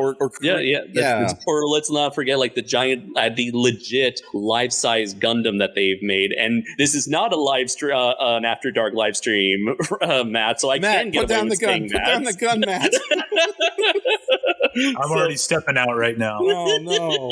Yeah, that's what I mean. But yeah, go on. No, I was just going to say, like the fact that there's been enough of a progression in technology that they've even managed to recreate one of the entertainment's most iconic, or in Japan, if not the world's most iconic, giant robot, and like have it up on display for the world. Actually, it's not technically walking on its own because it's like connected to a base, but it's able to move about and have such complex movements that has never been seen before on that scale. Denny Roth has dinosaurs, you have robots. Indeed, I do. Okay, but with that says, I honestly love this version of Jet Jaguar. When you first see his design, again, I was just kind of taken aback, like, that's a little cheesy even by Jet Jaguar standards. But then it's like you watch the series, and considering that this was a show made by scientists and physicists and people who know what's going on in the real world, this feels like the kind of Jet Jaguar that would exist, complete with like the giant battery pack behind him. That kind of offended me a bit because, oh, come on, a battery pack doesn't need to be that big. But then then it grows on you when it makes sense to the story. Like Patrick says, like it doesn't matter how these things look, what are they going to do with the characters? And it's amazing what they were able to do with Jet Jaguar, including giving him a full-on personality. Like he's not just, thumbs up. It's like it's like, I'm thinking about things and philosophizing, guys. We're about to fight a monster. I know, but I think I forgot something. So yeah, it was honestly a surprise that this ended up being the Jet Jaguar Singular Point Sci-Fi Time Adventure Show, for lack of a better term. That's my unofficial title for Singular Point. We know Andres is going to go a long time talking about robots. So Matt, Patrick, you go first, talking about your thoughts on Jet Jaguar, and if it was a surprise or a detriment that he ended up being basically the main hero of the series. I don't consider him to be the main hero of the series. I mean, the human characters are the driving force of this whole narrative. Jet Jaguar, right. Screw Jet Jaguar. Who cares about him? Jet Jaguar is basically like, a component of what they're using to try to help solve this whole dilemma. It's not like in Megalon where Jet Jaguar assumed his own autonomy and then basically became the whole driving force of the narrative and the hero of the story and blah blah blah. Anyways, but as far as but he definitely does have a bigger. He's definitely on screen more than Godzilla is. That's without question. I was fine with it. Whatever. It was done effectively. The characters that he was interacting with were interesting. The action scenes involving him fighting Rodan, Anguirus, and eventually Godzilla were great.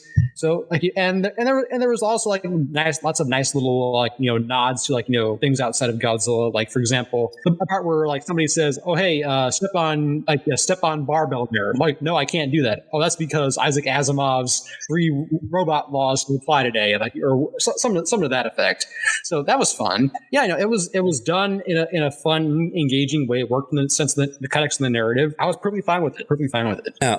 Before Matt talks, it's interesting to bring that up because I know that almost all science fiction either references Isaac Asimov's 3 laws of robotic, or they want to go. It's just a rip off of Terminator if they want to go the opposite direction. But it is interesting how the show does take a pro-science approach to everything, even with its 2 robotic characters, Jet Jaguar and Pyro 2, or Pelops 2, depending on Pero 2. Thank you, because they're both artificial intelligence, and there may be a bunch of anime style anthropomorphification going on with these characters. But despite that, I do love the fact that the 2 robot characters are portrayed in a very positive light. They're basically little cherubs who are here to help our heroes, and one could argue that's their base programming. But at the same time, it's obvious the robots took that programming and ran with it, hence end up becoming the ultimate solution to save the day from Godzilla and the Red Dust, with some wacky, timey-wimey Douglas Adams, Toe Injo style time travel shenanigans we'll get into in a little bit.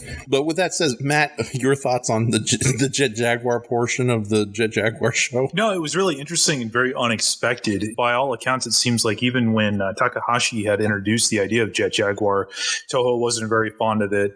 And even I just read something today, actually, at Animate Times, that Takahashi was like, I had no idea that Jet Jaguar was going to become the core focus of the story. And that is something probably more so than any other character within the series. I mean, you see an absolute progression from episode 1 all the way through episode 13. This is a character that evolves and is constantly changing.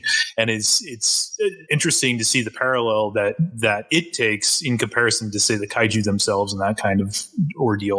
Like I said on that live stream, I mean, if you told me in 2021 that we'd be seeing, a giant Jet Jaguar taking on a Godzilla that's basically going to be shattering the dimensional boundaries of whatever, I would just been like, whoa, what? So it's good stuff. Okay, awesome. So, okay, guys, brace yourselves. The can of worms will open.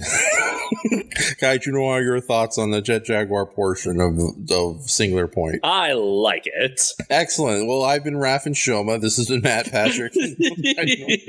No, it's don't go overboard. But we know you love robots and mecha and all that. Yes, I do. So I bet Jet Jaguar was at least a pleasant surprise, to say the least, when it came to you. Oh, for sure. Yeah, this was the thing that had me sold on Singular Point from the get-go. I was definitely taken aback by its very oddball, very industrial inspired design, but it easily grew on me, given how Jet Jaguar, you can argue, always had a very goofy, little over-the-top, silly design. But it definitely worked in context with the story, as he was sort of played up as this underdog-like character, where he went from being someone who could barely manage to survive a scrap with one single Rodan to suddenly being able to wipe out multiple Rodans with very little effort. And it was a joy to behold seeing the character essentially seeing Jet Jaguar go from being a glorified tool of the characters to sort of evolving and progressing as its own character with its own thoughts and feelings. And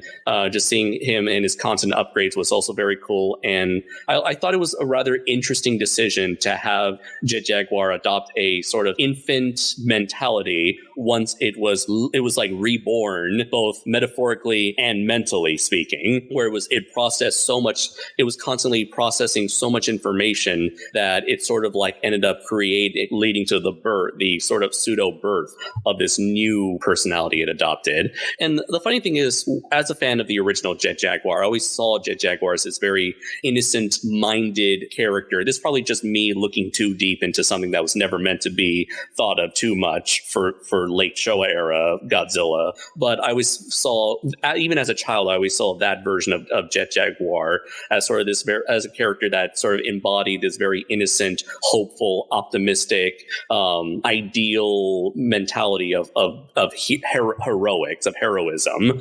And so taking that sort of like innocent mentality and literally interpreting it as a child / infant, I thought suited the character and took the character of Jet Jaguar in a very interesting direction, to where once it fully matured by the very end and ended up saving all of reality, he really stole my heart. And so it was simply a joy to behold every single step of this character's journey.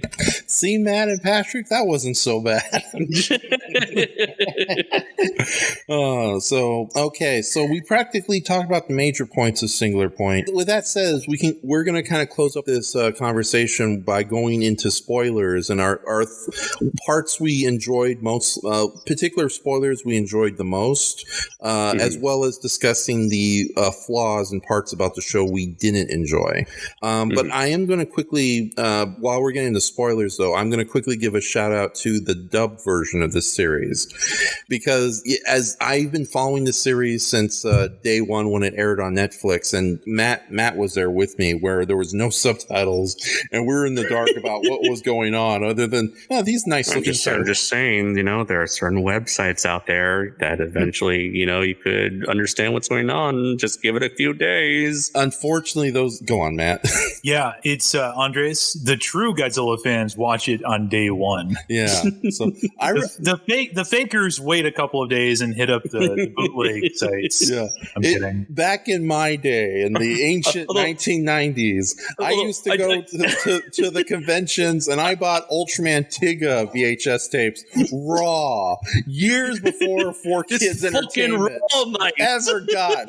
I walked 15 miles in the snow to get to the Roosevelt Hotel to go to your damn G-Fest convention before it was popular.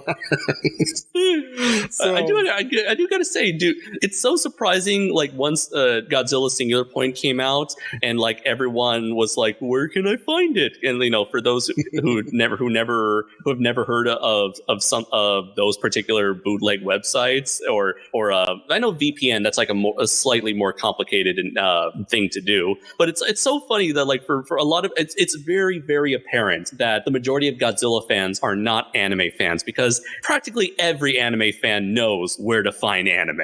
So I just see these people, it's like, where can I find it? I'm like, really? You don't know where? Yeah, granted though, it's really hard to find a reliable iffy website, but let's not get into that. I think we're going to head out. Even then, you throw a stone and you're bound to find at least 3 of them. Yeah, no, I was fortunate to find a particular website that was obviously not a Russian hack bot out to get me, thanks to several animation-loving friends who recommended it to me, and it is my go-to site if I want to check out animated stuff ahead of time. But to be fair, as useful as fan subs can be, they can be very inaccurate, because you compare the official the subs for Singular Point that's now available on Netflix compared to the early fan subs, where it's like, really, did Goro curse that much, or are you just adding a lot of your own little fanisms in there, my subtitling friend? And what was the end result there? It's just clearly a lot of fan subtitle. Damn it, you got me off. He got me off. I'm saying track. now that you've seen the official subs, how do they compare to the fan subs? Far more coherent than the fan subs, because the fan subs kind of like do simplistic grammar to explain certain things, and in some cases, I think they miss some major details. But with that said, like character details, but also little scientific details that go a long way. I suppose they certainly. Sorry to interrupt you. I was going to say, I suppose to sort of defend them, they did have their job cut out for them, given just like how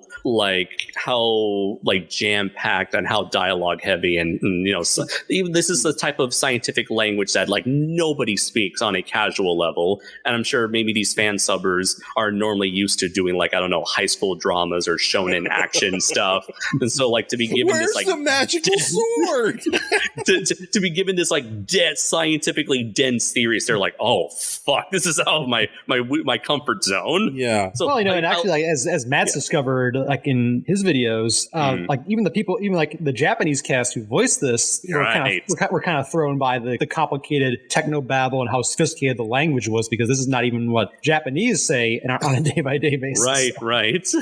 And dude, also, this is the same situation that happened with Shin Godzilla. A lot of my students saw Shin Godzilla, and they're like, honestly, it was hard to keep up with the political jargon.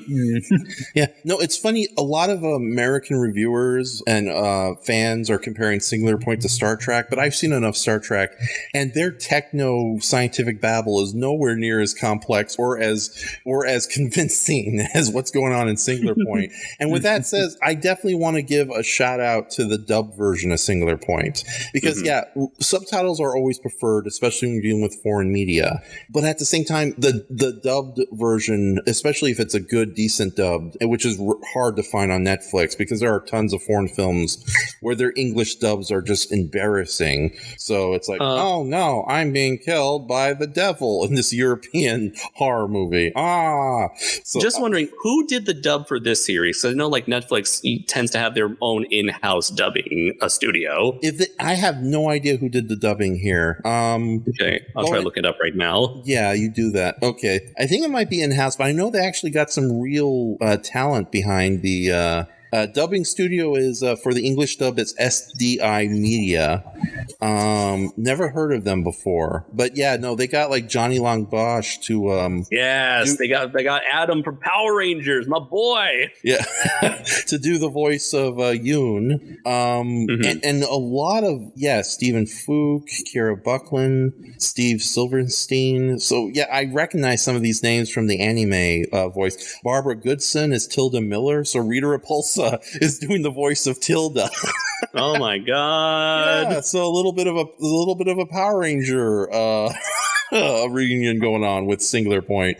So but I'm looking at SDI Media here, and yeah, they seem to be the go-to dubbing company for anything and for all Netflix anime. Okay, then those foreign movies that do their dubbing, I guess those are completely different. Yeah, pretty much everything from like the Ultraman anime, Knights of Sidonia, Godzilla Singular Point, Devilman Crybaby, Beastars, Record of Ragnarok. All of that is all of that has been dubbed by SDI. Yeah, but with that said, I think that, like, I'm familiar with the other dubs they've done, but this one feels like they were on their A game, or they decided to step it up a notch. But with that said, I have to give the real credit is that, they're able to take that complicated dialogue and say it so well in the English dub version.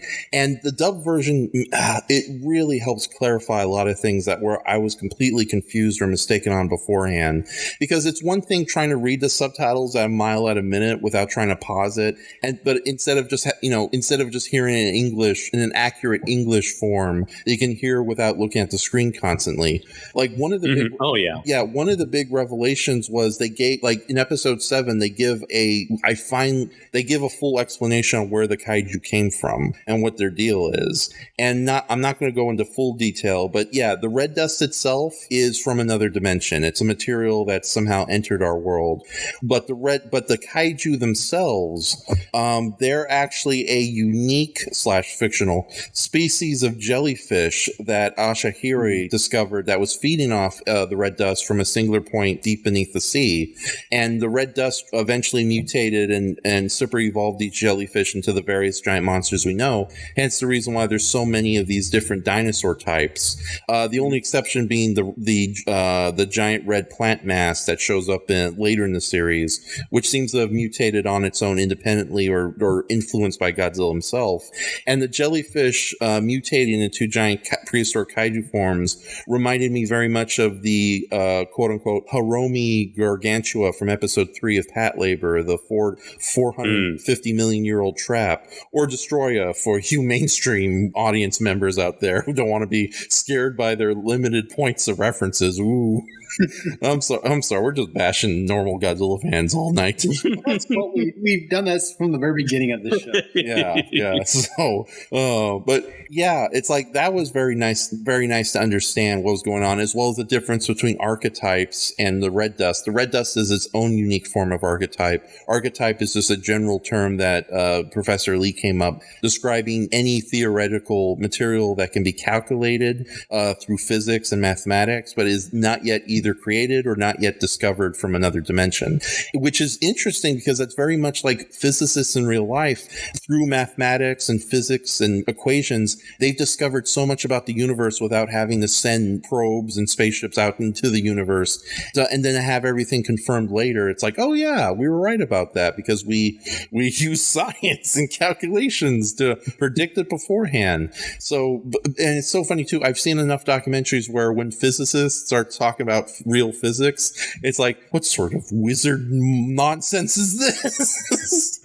Stinglets, singular points, atoms from other dimensions. So it's funny too because we know, according to physicists, alternate dimensions are real. We just haven't had a chance to enter one yet. So unless you talk to we're going to be here all night getting into like some weird paranormal nonsense. But the dubbing was a big help. I really love the dubbing. And yeah, they picked the right voice actors to do the various characters, and it worked out beautifully, I think. So for those of you who really can't stand the complicated technobabble, the English dub is your best friend right now. And I know that might seem sacrilege for fans, but let's face it, they were Googling wacky all over the place. I will say, I unfortunately have not had the time yet to check out the dub, but I knew from the get-go as I was watching the unofficial fan sub before eventually moving on to the official subs, which, by the way, when it originally appeared on Netflix in Japan, it had no English subtitles, but eventually as we got near past the halfway point, then the English subtitles started appearing on Netflix, which I found rather interesting. Yeah, and Matt, one of my favorite moments from your Godzilla Singular Point live streams was like, gentlemen, we have no idea what's been going on until now. Subtitles. It was quite the revelation that day. Yes.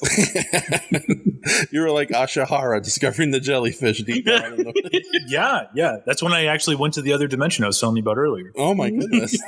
On your little... It's like, I can see everything. I know everything. I can imagine like a cute chibi version of Matt just driving that boat down the Singular Point. I want fan art of that now. Okay. Do it, Raph. Yes. Do it. Just pile in the boat. I'm going backwards to save the future. Okay. So we got to put the pipe in his mouth. All right. So I mentioned before that I was watching, the unofficial subs before transferring or transitioning over to the official subs, and I knew from the get-go that this would be a series that would be so much easier to enjoy if I was listening to everything as opposed to having, because honestly, when I was watching the show, I had to pause the videos multiple times just so I could actually take a minute to read through each line of dialogue dialogue of expository dialogue as they were passing by, because it was just like rapid fire coming at you. So I feel like I knew that this is definitely going to be a series that for anybody who is a native English speaker, this series is something that you need to watch dubbed, just because I feel like it's much easier to comprehend and absorb all that information through sound, as opposed to just having to like constantly divide your attention. I never had that issue with subtitling before with this until now. So yeah, so anybody who is like a hardcore stickler for subs, not dubs, I'm sorry, but this is not the show for you. If it is, you got to put an extra amount of reading into this series. Definitely. So now I think I was going to go into spoiler talk, but I think we can definitely do the spoiler talk mixed with this final subject. As much as we all enjoyed this series, was there any major flaws or elements about it you didn't like? I'll go first. I really did enjoy this series.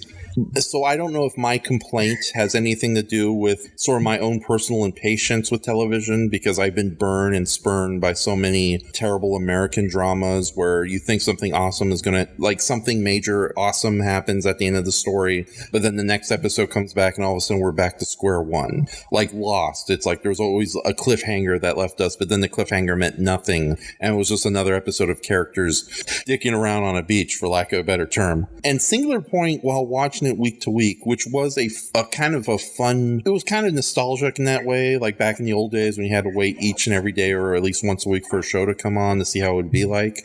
It did get annoying where you think a major revelation happens and the next episode it kind of gets ignored. Granted, it's nowhere near as bad as American drama television, which I have almost completely abandoned for various reasons. But then upon rewatching the series with episodes back to back towards the end of when it finally finished in Japan, and having collected the episodes from various sources, wink, wink, wonk, wonk, it played a lot better because you had the whole picture to enjoy instead of being like kind of teased every week. It's like, God damn it, I was so close, and then you stopped Singular Point. Why? So that sounded weird. I apologize, everyone. Patrick, I'm sorry. But that was like my only real point of contention with Singular Point. Again, I kind of, like most Godzilla fans, I probably was a little disappointed that there wasn't more monster action or monster fighting. But at this point, it's like, at the same time we had Singular Point, we also had SSSS Dyna Zeon playing, which is basically the best season of Power Rangers never had. And it's like, if I can't get my giant monster robot thrills from Singular Point, I just wait a day or two and see the latest episode of Dyna Zeon. And both of them are equally good series on different spectrums. Dyna Zeon is definitely more of the fantasy action, whereas Singular Point is sci-fi mystery adventure. But yeah, it was such a great 12 to 13 weeks of these two series coinciding with each other. So I can't really complain about the lack of giant monster action. But yeah, those were my only real issues with the series. What about you? We'll go with Matt first, then Patrick, and then Andres. I keep on using the term kick the can down the road kind of thing. And I kind of, there was a lot of plot points that I felt like could have been addressed better. Some things that I honestly could have used a little bit more exposition. But like you, Raph, I enjoyed the series. It's definitely one of my favorite pieces of Godzilla media in recent years. And, a lot of the things that I have problems with is a result of a story not finishing, and the story is not done yet. So there appears to be more on the way. We don't know in what form yet, or officially if it actually will happen. But I have to imagine that they got something planned. Yeah, it's funny you should mention it because the series does end on like a big. I've seen enough Netflix series to know that it didn't end on a Netflix. There's a big difference between Netflix cliffhanger and regular cliffhanger. This was more like kind of a unique tease of a bigger story to come outside where the rest of the series goes. It's similar to a lot of the Japanese tokusatsu shows written by Riku Sanjo, who is really good at leaving the audience wanting more, but also satisfied.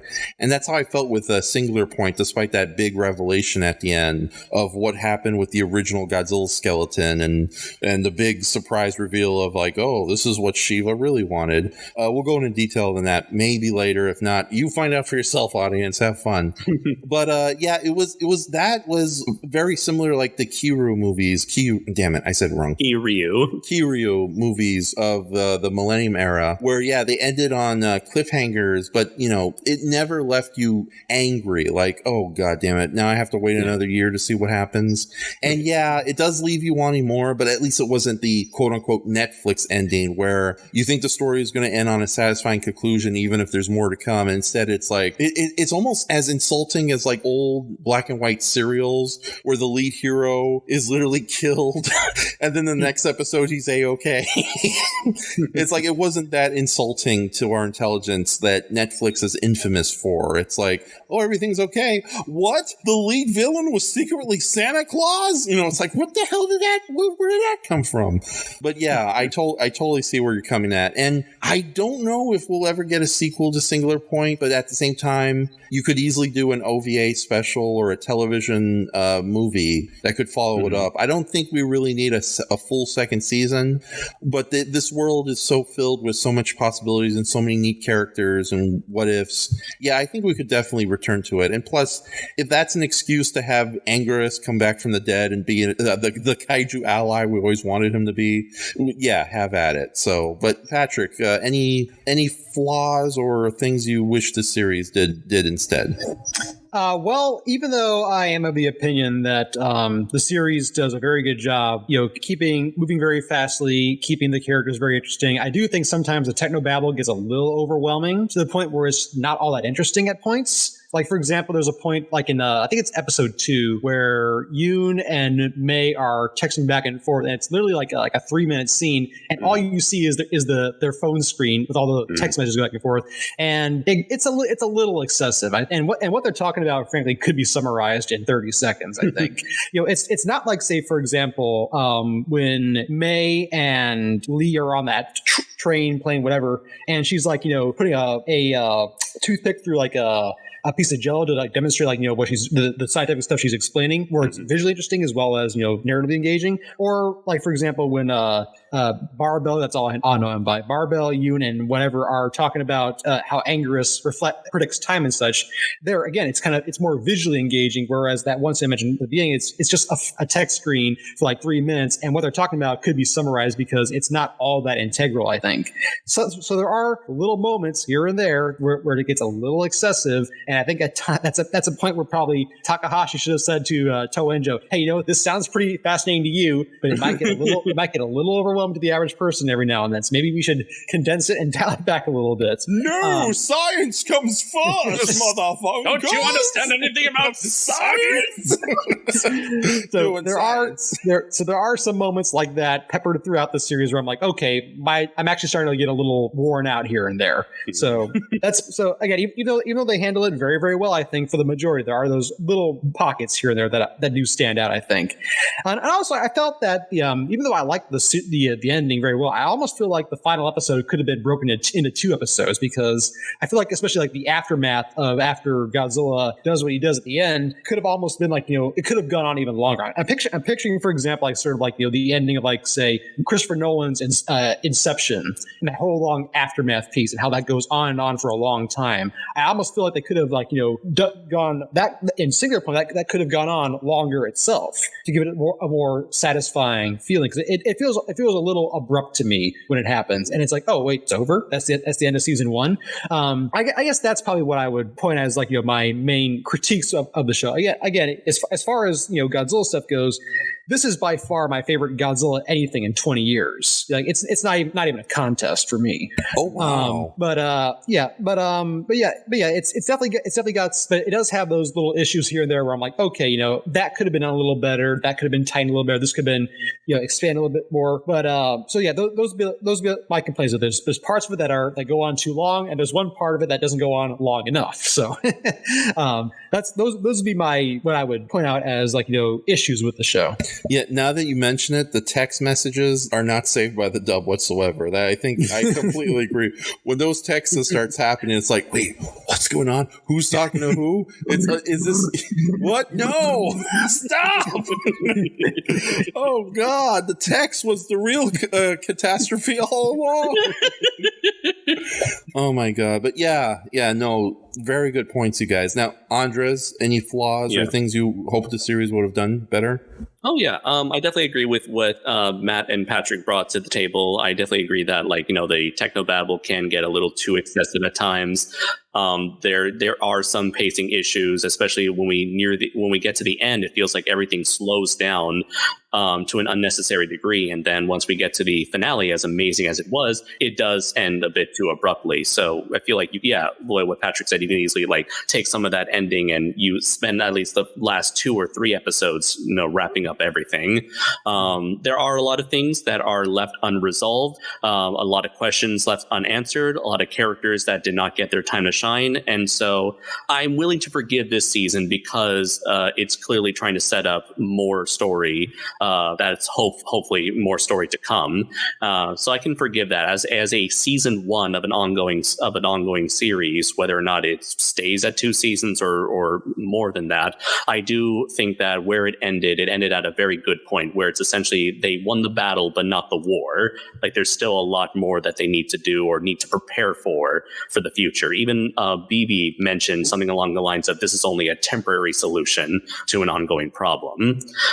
But with that, I feel like the ending was satisfying enough for me personally. Like I did also previously mention that my biggest issue was with Salunga, that, you know, he didn't really serve a greater purpose beyond just being this repetitive roadblock, repetitive obstacles for May's group to overcome. Let's see. I was a little disappointed that of all the characters, they didn't do a whole lot with Satomi, the goth chick who was under the employment at the Otaki factory. And I'm mainly singling her out because she is a part of the Otaki factory, every other employee, Habaru, Yun, Goro, Jaguar, they all get something to do at the end. They're always together, fighting off Rodan, Anguirus, the Kumangas, Godzilla. And yet Satomi, all she ever does is just chill out in the back in the garage, just watching over the garage while the heroes go off, while everyone else goes off to play hero. So for a character with a very interesting design, she herself, it definitely got my attention, only because it's like I rarely see anybody in Japan with that sort of like fashion sense, and so it's like, oh, there's probably a story with her with a design like that, and yet they don't do anything with her. Yeah, although to be fair, she was probably smart enough to keep away from that nonsense. Right. Like, I wish they would have at least shown that. Yeah. It's like giant spiders, no thanks, guys. No. I may dress like a punk rock Dracula, but no giant spiders for me, thank you. Okay, so now... Right. I mean, look like Elvira, but no. Okay, so forgive my ignorance, I do have to ask about this. Is it confirmed that there's a second season, or so far it's just this one series so far? I believe it's just this one series. As far as I know... Nothing is confirmed, but we shouldn't assume anything, and we certainly shouldn't dismiss anything. I would like to suggest just one thing. This show was in development for 4 years. This Toho has had plans for Godzilla for the past 5 or 6 years, since Shin. I don't think that we should dismiss the fact that there could be something up their sleeve. Yeah, and also, even I would like to see a follow-up to Singular Point. Like Patrick says, like from my experience with anime, a lot of anime shows have really good final episodes or really good epilogues. In fact, Full Metal Alchemist Brotherhood dedicated a whole episode to just the epilogue of what happened to all the characters after after the final battle. So again, I would like to see some sort of follow-up to Singular Point, but at the same time, after what you said about all the big plans they've had, like what's the next Godzilla anime if it's not a Singular Point follow-up? And it's like, is it going to be more scientific, awesome science fiction, or is it going to be something insane, trigger-style fantasy mayhem or something, or even like a pure horror take on Godzilla? There's like so many possibilities you can do with Godzilla in animation, and this is the fact that we have no idea what's coming, as even like with the Legendary movies or the Warner Brothers films, we have some idea what's going to happen because again, it's Hollywood, it's very formulaic. The only time it kind of surprised us was with Kong Skull Island, but even then they kind of fell into some of the Hollywood cliches. But yeah, with Toho, like you said, who knows what they have up their sleeves? Ooh. Okay, that's enough of me being silly. Okay. I just remembered like that way back, a couple years ago at this point, they mentioned some representative at Toho mentioned something along the lines of a World of Godzilla type of cinematic universe. I'm wondering if they're even still planning on doing that, or if they're just going to go this route of just like these sort of animated offshoots. Yeah, Matt, or both. You know the real story behind the World of Godzilla. You want to school us? Yeah, it was just an article that appeared 2 years ago, like Andres was saying. And that's the article that this guy said that they had no interest in Shin Godzilla 2, that they wanted to do this so-called World of Godzilla. And, that's it. I mean, there's been a million videos about the subject. Theories. A million theories about it. I have a hard time semi-believing that they would dismiss Shin Godzilla 2 so easily. But, I mean, again, who knows? But yeah, I mean, that's pretty much it. There's really nothing else about it that has kind of like been publicly known since, outside of like the rumor mill and innuendo and all that. Yeah, and I had to ask your opinion on it because I too have been a sucker about the fan theories behind what the World of Godzilla could be, when in reality it's not that big of a deal, So let's just. Well, here's the thing, and this is the main thing that we always have to keep in mind, and I know Patrick knows about this and Andres does too, but the thing with the Godzilla fandom and what was really illustrated with Singular Point is that the super fans don't know what's going on. The people who are in the know are not going to let you know that they know, because that's just not how it works. This isn't going to be like how it was in the late 90s or the 2000s, where like rumors were leaking. If there are rumors that are leaking in the Japanese side, it's coming from over there. But people like, certain artists that claim to be the king of kaiju, certain washed up tokusatsu historians, who declare themselves knowledgeable about this stuff. They didn't see this thing coming. They don't know what's happening, and they'll continue to pretend they know what's happening because it fits their brand. That's as spicy as I'm getting tonight. Yeah, no, it's totally okay to be spicy, because I was on the front line on that day when Singular Point was mentioned, and I had a lot of the so-called online experts tell me, "You're an idiot, Enshohma, for even bringing this up." Wrong. Yeah, I said take it with a grain of salt. Shut up, dum-dum. And then it's like, oh, it's real? Hey, it's real. Yay. You called me a dum-dum. No, we didn't. So that's buy my book. Yeah. But yeah, it's fun not to know what's coming down the line, and to know that stuff is coming down the line, because back in the 90s, when there was no internet, when there was no reliable news about Godzilla outside some obscure magazines or fanzines that I even knew exist, I had no idea. There was a funny story back in the early 90s. My cousin Noah, he had a VHS tape of Godzilla vs. Biollante, and he told me, like, you got to see this. This is an amazing Godzilla movie there's like genetic engineering subplots. There's a giant rosebush monster. The effects are really good. There's a Super X2. And I was like, yeah, right. You're lying, you miserable fan fiction writing idiot. There's no way they bring back the Super X, and Godzilla would never fight a rosebush. And then, of course, when he came back to visit, like a couple of weeks later, he had the VHS tape, which was the obscure release from HBO. From HBO Films, and also the horrible Weinstein Company, because they basically bought the rights to that movie and then barely released it except on Cinemax and VHS tape. And when he showed me, it's like, holy crap! You mean there's more Godzilla movies? And that was my introduction to the Heisei era of Godzilla, because I thought Godzilla ended with Terra Mecha Godzilla as far as the movies were concerned. But I remember those dark days where it's like you don't know what the heck is going on with the Godzilla franchise, or if it's officially dead, and that nothing new's coming by, and that there's no replacement or things to fill the void outside maybe a Power Ranger episode with a really stupid giant monster in it that only Enshohma would love. Now today we live in such a weird world where there's so many giant monsters coming down the pipeline, both from Japan and America. Like it's like, and it's not like a Sci-Fi Channel movie of the week either. It's like these are like major productions, but at the same time, it's nice to know that Japan is still making these things, and they're being very creative and unique with them, more so than usual in the past. Not as spectacular as the stuff that was going on in the Showa era or the Millennium. The Millennium being a personal favorite of mine, along with Showa. But it is nice that there's some there's definitely something coming on the horizon, and it's a pleasant surprise, even knowing it can be something as bizarre as the Polygon trilogy, Shin Godzilla, or Singular Point. You okay? Yeah, I coughed there. I don't know. I think it went through the wrong pipe. So tuberculosis. Yeah. Hey. But yeah, it's such a strange time to be living, because it's like, again, growing up in a million years, if you told me that Ultraman would be readily available through budget DVDs on Mill Creek, I'd be like, get out of here, go away, Noah, you suck. And now here we are, like today they just announced Ultraman 80, and the Ultraman from the late 70s is coming on to regular DVD box sets, and it's like, oh my god, those were series that it's like to find the first 4 episodes of Ultraman Jonas in a blockbuster was a miracle, and now I'm going to get the whole series subtitled in just a few months from now.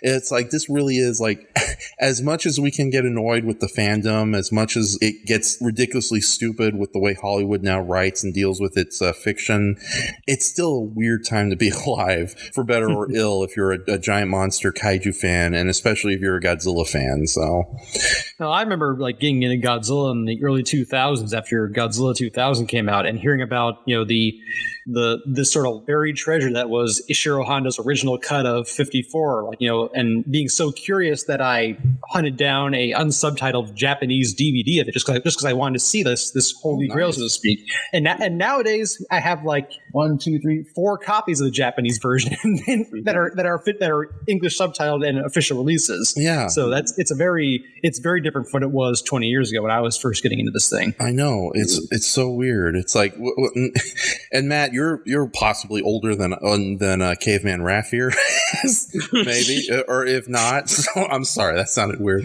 How does it? Yeah, it's like, despite the problems with the, it's like Raph is the caveman, Matt is the ape man. I don't know that, or I'm even older still. I'm possibly the Dimetrodon to your woolly mammoth, Matt. But what year were you born? I was born in 1884. No, I was born in 1981. Okay, I'm 85. Okay. Godzilla, I am older than you. Damn it! I'm the wool. I am the Dimetrodon. But you're younger in heart and spirit. Yeah. Okay. Yeah. No. Thank you for saying that, Matt. But yeah, how does it feel to be living in this weird day and age where Singular Point is now something that's kind of trending on Netflix right now?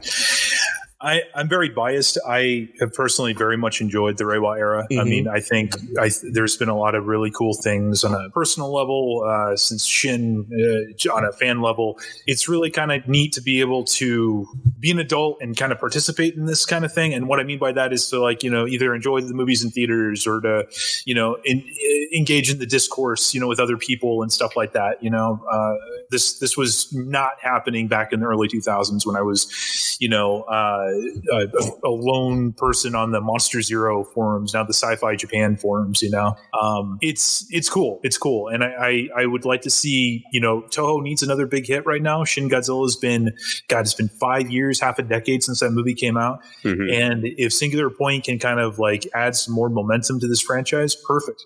It means that we get more stuff, and and the same thing goes with the Monsterverse movies. You know, say what you will about them, but if they give the franchise momentum, that allows us to continue to have nice things like Singular Point. Yeah, it's like, I completely, like, we won't get into detail about it, but like right now there is a somewhat impressive looking Godzilla the Ride going on right now. So yeah, it's so surreal to be in a world where Godzilla is everywhere and doesn't feel as obscure or as desperate as it was back in like the early 90s or the late 80s.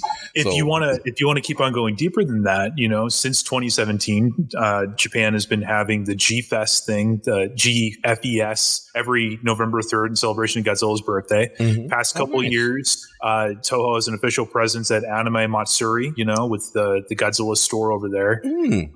They've had the opening of 2 Godzilla stores, you know, one in Osaka, the other the one in Tokyo. I mean, there's definitely been an uptick. I mean, the Godzilla, the freaking Hotel Gracery in Shinjuku, the Godzilla head with the Godzilla room. I mean, they're really pushing for him to become a commodity, not just domestically but internationally. Yeah, and it's a really neat time to see that, because you talk to people like Norman England, and Patrick can confirm this. It's like, even during the 90s and 2000s, I mean, even in Japan, this stuff was like really hard to if you found another fan, be like, oh, hey, wow, look at you. I mean, same thing goes with us over here in the West too. I mean, it's not like we needed the internet to kind of mobilize, really. And now the fandom is, I mean, we're so tribal, it's ridiculous. There's so many different groups that hate each other. It's amazing. Yeah. Yeah, and you're right. If you go deeper, it's not just Godzilla. It's like we're having a sequel to the Great Yokai War guest starring Daimajin. That's like wow. that's like finding they're remaking the Neverending Story, but Dracula's the main villain. What the hell? And yet you have like Gamera over in the corner. All around me are familiar faces. Oh, like poor Gamera. Like every other monster you can imagine in Japanese fiction has made a return appearance, but poor Gamera. Like they gave a movie to Nezura finally. The giant rats that were never meant to be. And I was like, again, like Gamera's off at a Japanese video store holding a Shin Godzilla DVD sign. That was so sad to see. Yeah, but give it like knowing our luck, Gamera might return when we least suspect it. At the same time, it's Gamera, so knowing his luck, he will never return whenever we expect it. But I think we've been going on for more than 2 hours. So any closing thoughts, you guys? Like, Andres, I'm sorry. What do you think of this weird new world we live in of kaiju accessibility? Before we call it a night, I was going to say that it is certainly a very interesting time to have so many wildly different takes on the same character. I'm glad that as Matt says, whether you like all of it or none of it or some of it, there's something there for everybody. And I'm glad that that is the case for us, especially for us to be able to come here and just sort of share our love for Godzilla Singular Point. And I really hope that this momentum carries on further. Whether or not I'm also like whether or not this franchise, Toho and this franchise, are able to continue in a post-COVID world, who is to say? But given the recent rumblings about animation possibly playing a very big part in entertainment moving forward, given that you can work with that in the middle of social distancing, I feel like maybe animation is a very good. I can see animation becoming a larger priority in Toho's part moving forward. And again, the world is healing. Things are slowly getting better and better. We may eventually, get some new live action projects off the ground as to what projects they would be and who would be at the helm. It's all up in the air right now. Who is to say what direction they're going in? But it's almost a little exciting to be able to not predict what's going on, much like in Singular Point. And I kind of like not knowing what is happening, just so I can be all the more surprised when the thing actually happens. Okay, awesome. So I got nothing to plug. Do you guys have any final plugs before we call this podcast over? We know Andres has his mechanical robot spiel ready to go. Matt, do you want to go and then Patrick? Yeah, sure. You can follow us over at Monstrosities Tokusatsu vlog right here on YouTube. We got a lot in the works. A lot of Godzilla Singular Point videos that are upcoming that I can't wait to work on. And would love to see you there. You can find my work at tohocanon.com, sci-fi.com, Our Culture Magazine, which is what's the URL for that again? It's ourculturemag.com. I've also done essays for places like offscreen.com. And probably against my better judgment, I recently, about a month ago, decided to rejoin the wonderful land of Twitter. So, if you so desire to look at my ramblings about things I'm sure you don't care about, because most of it's not about Godzilla, you can follow me at I think it's like at pgalvan91. I think that's it. That's all. That's all I got. And you can find me over on YouTube and Instagram at Kaiju Noir. And you can also check out my indie comic Primal Warrior Draco Azul over on Amazon. Currently going through some issues with my seller's account, so the physical copies might not be available as of the time of this recording.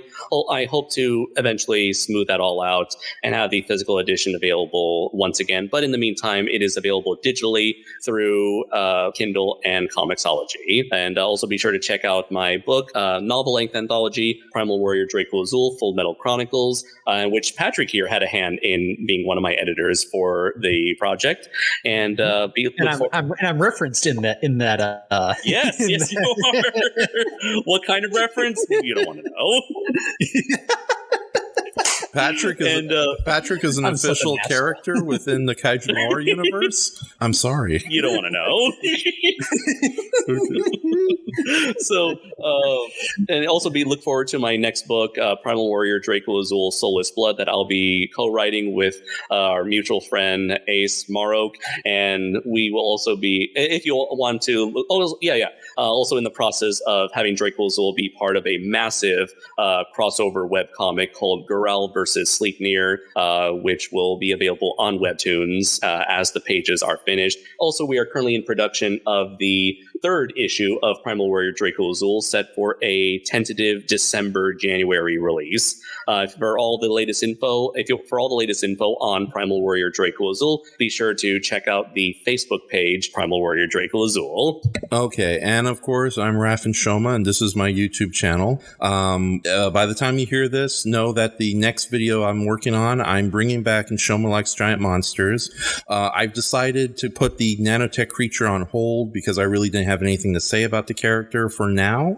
But the next two episodes are dedicated to some really bizarre weirdies. I'll basically say it right now. The first one is Doilar, a Pachimon version of Gorosaurus. And then followed by that, we'll have an episode dedicated to Godzilla versus the Thing, but not Mothra, the Thing from the poster of Godzilla versus the Thing. So yeah, we're going to go with some real obscurities this time around, and I'm going to dedicate myself to doing 2 episodes a month, even if the episodes are going to be relatively short. But there are so many weird, wonderful giant monsters that deserve more love, and I'm Shoma's going to give it to them. Damn it, that sounded weird. Patrick, I'm sorry. Okay. I'm glad we brought this back. Yeah. Guys, thank you so much for joining me. Hopefully when I edit this in post, it won't be so long. But to everyone else who's been listening, thank you for joining us. And, oh no, what's that? Oh no, it's Godzilla. Guys, get into the little magic boat. We have to travel through time and use math and science to save the universe. Quick, guys, come on. Oh, me down. Oh no. I like the apocalypse. I'm going to stay here. Patrick, no! Patrick's being killed by Rodans. Matt, you're the Sorry, I'm building Mecha Godzilla right now. Okay. I don't really know what's going on. Take your project with me on the boat. Into the past we go. Dun dun dun dun dun dun dun dun dun dun dun dun dun dun dun dun dun dun dun dun.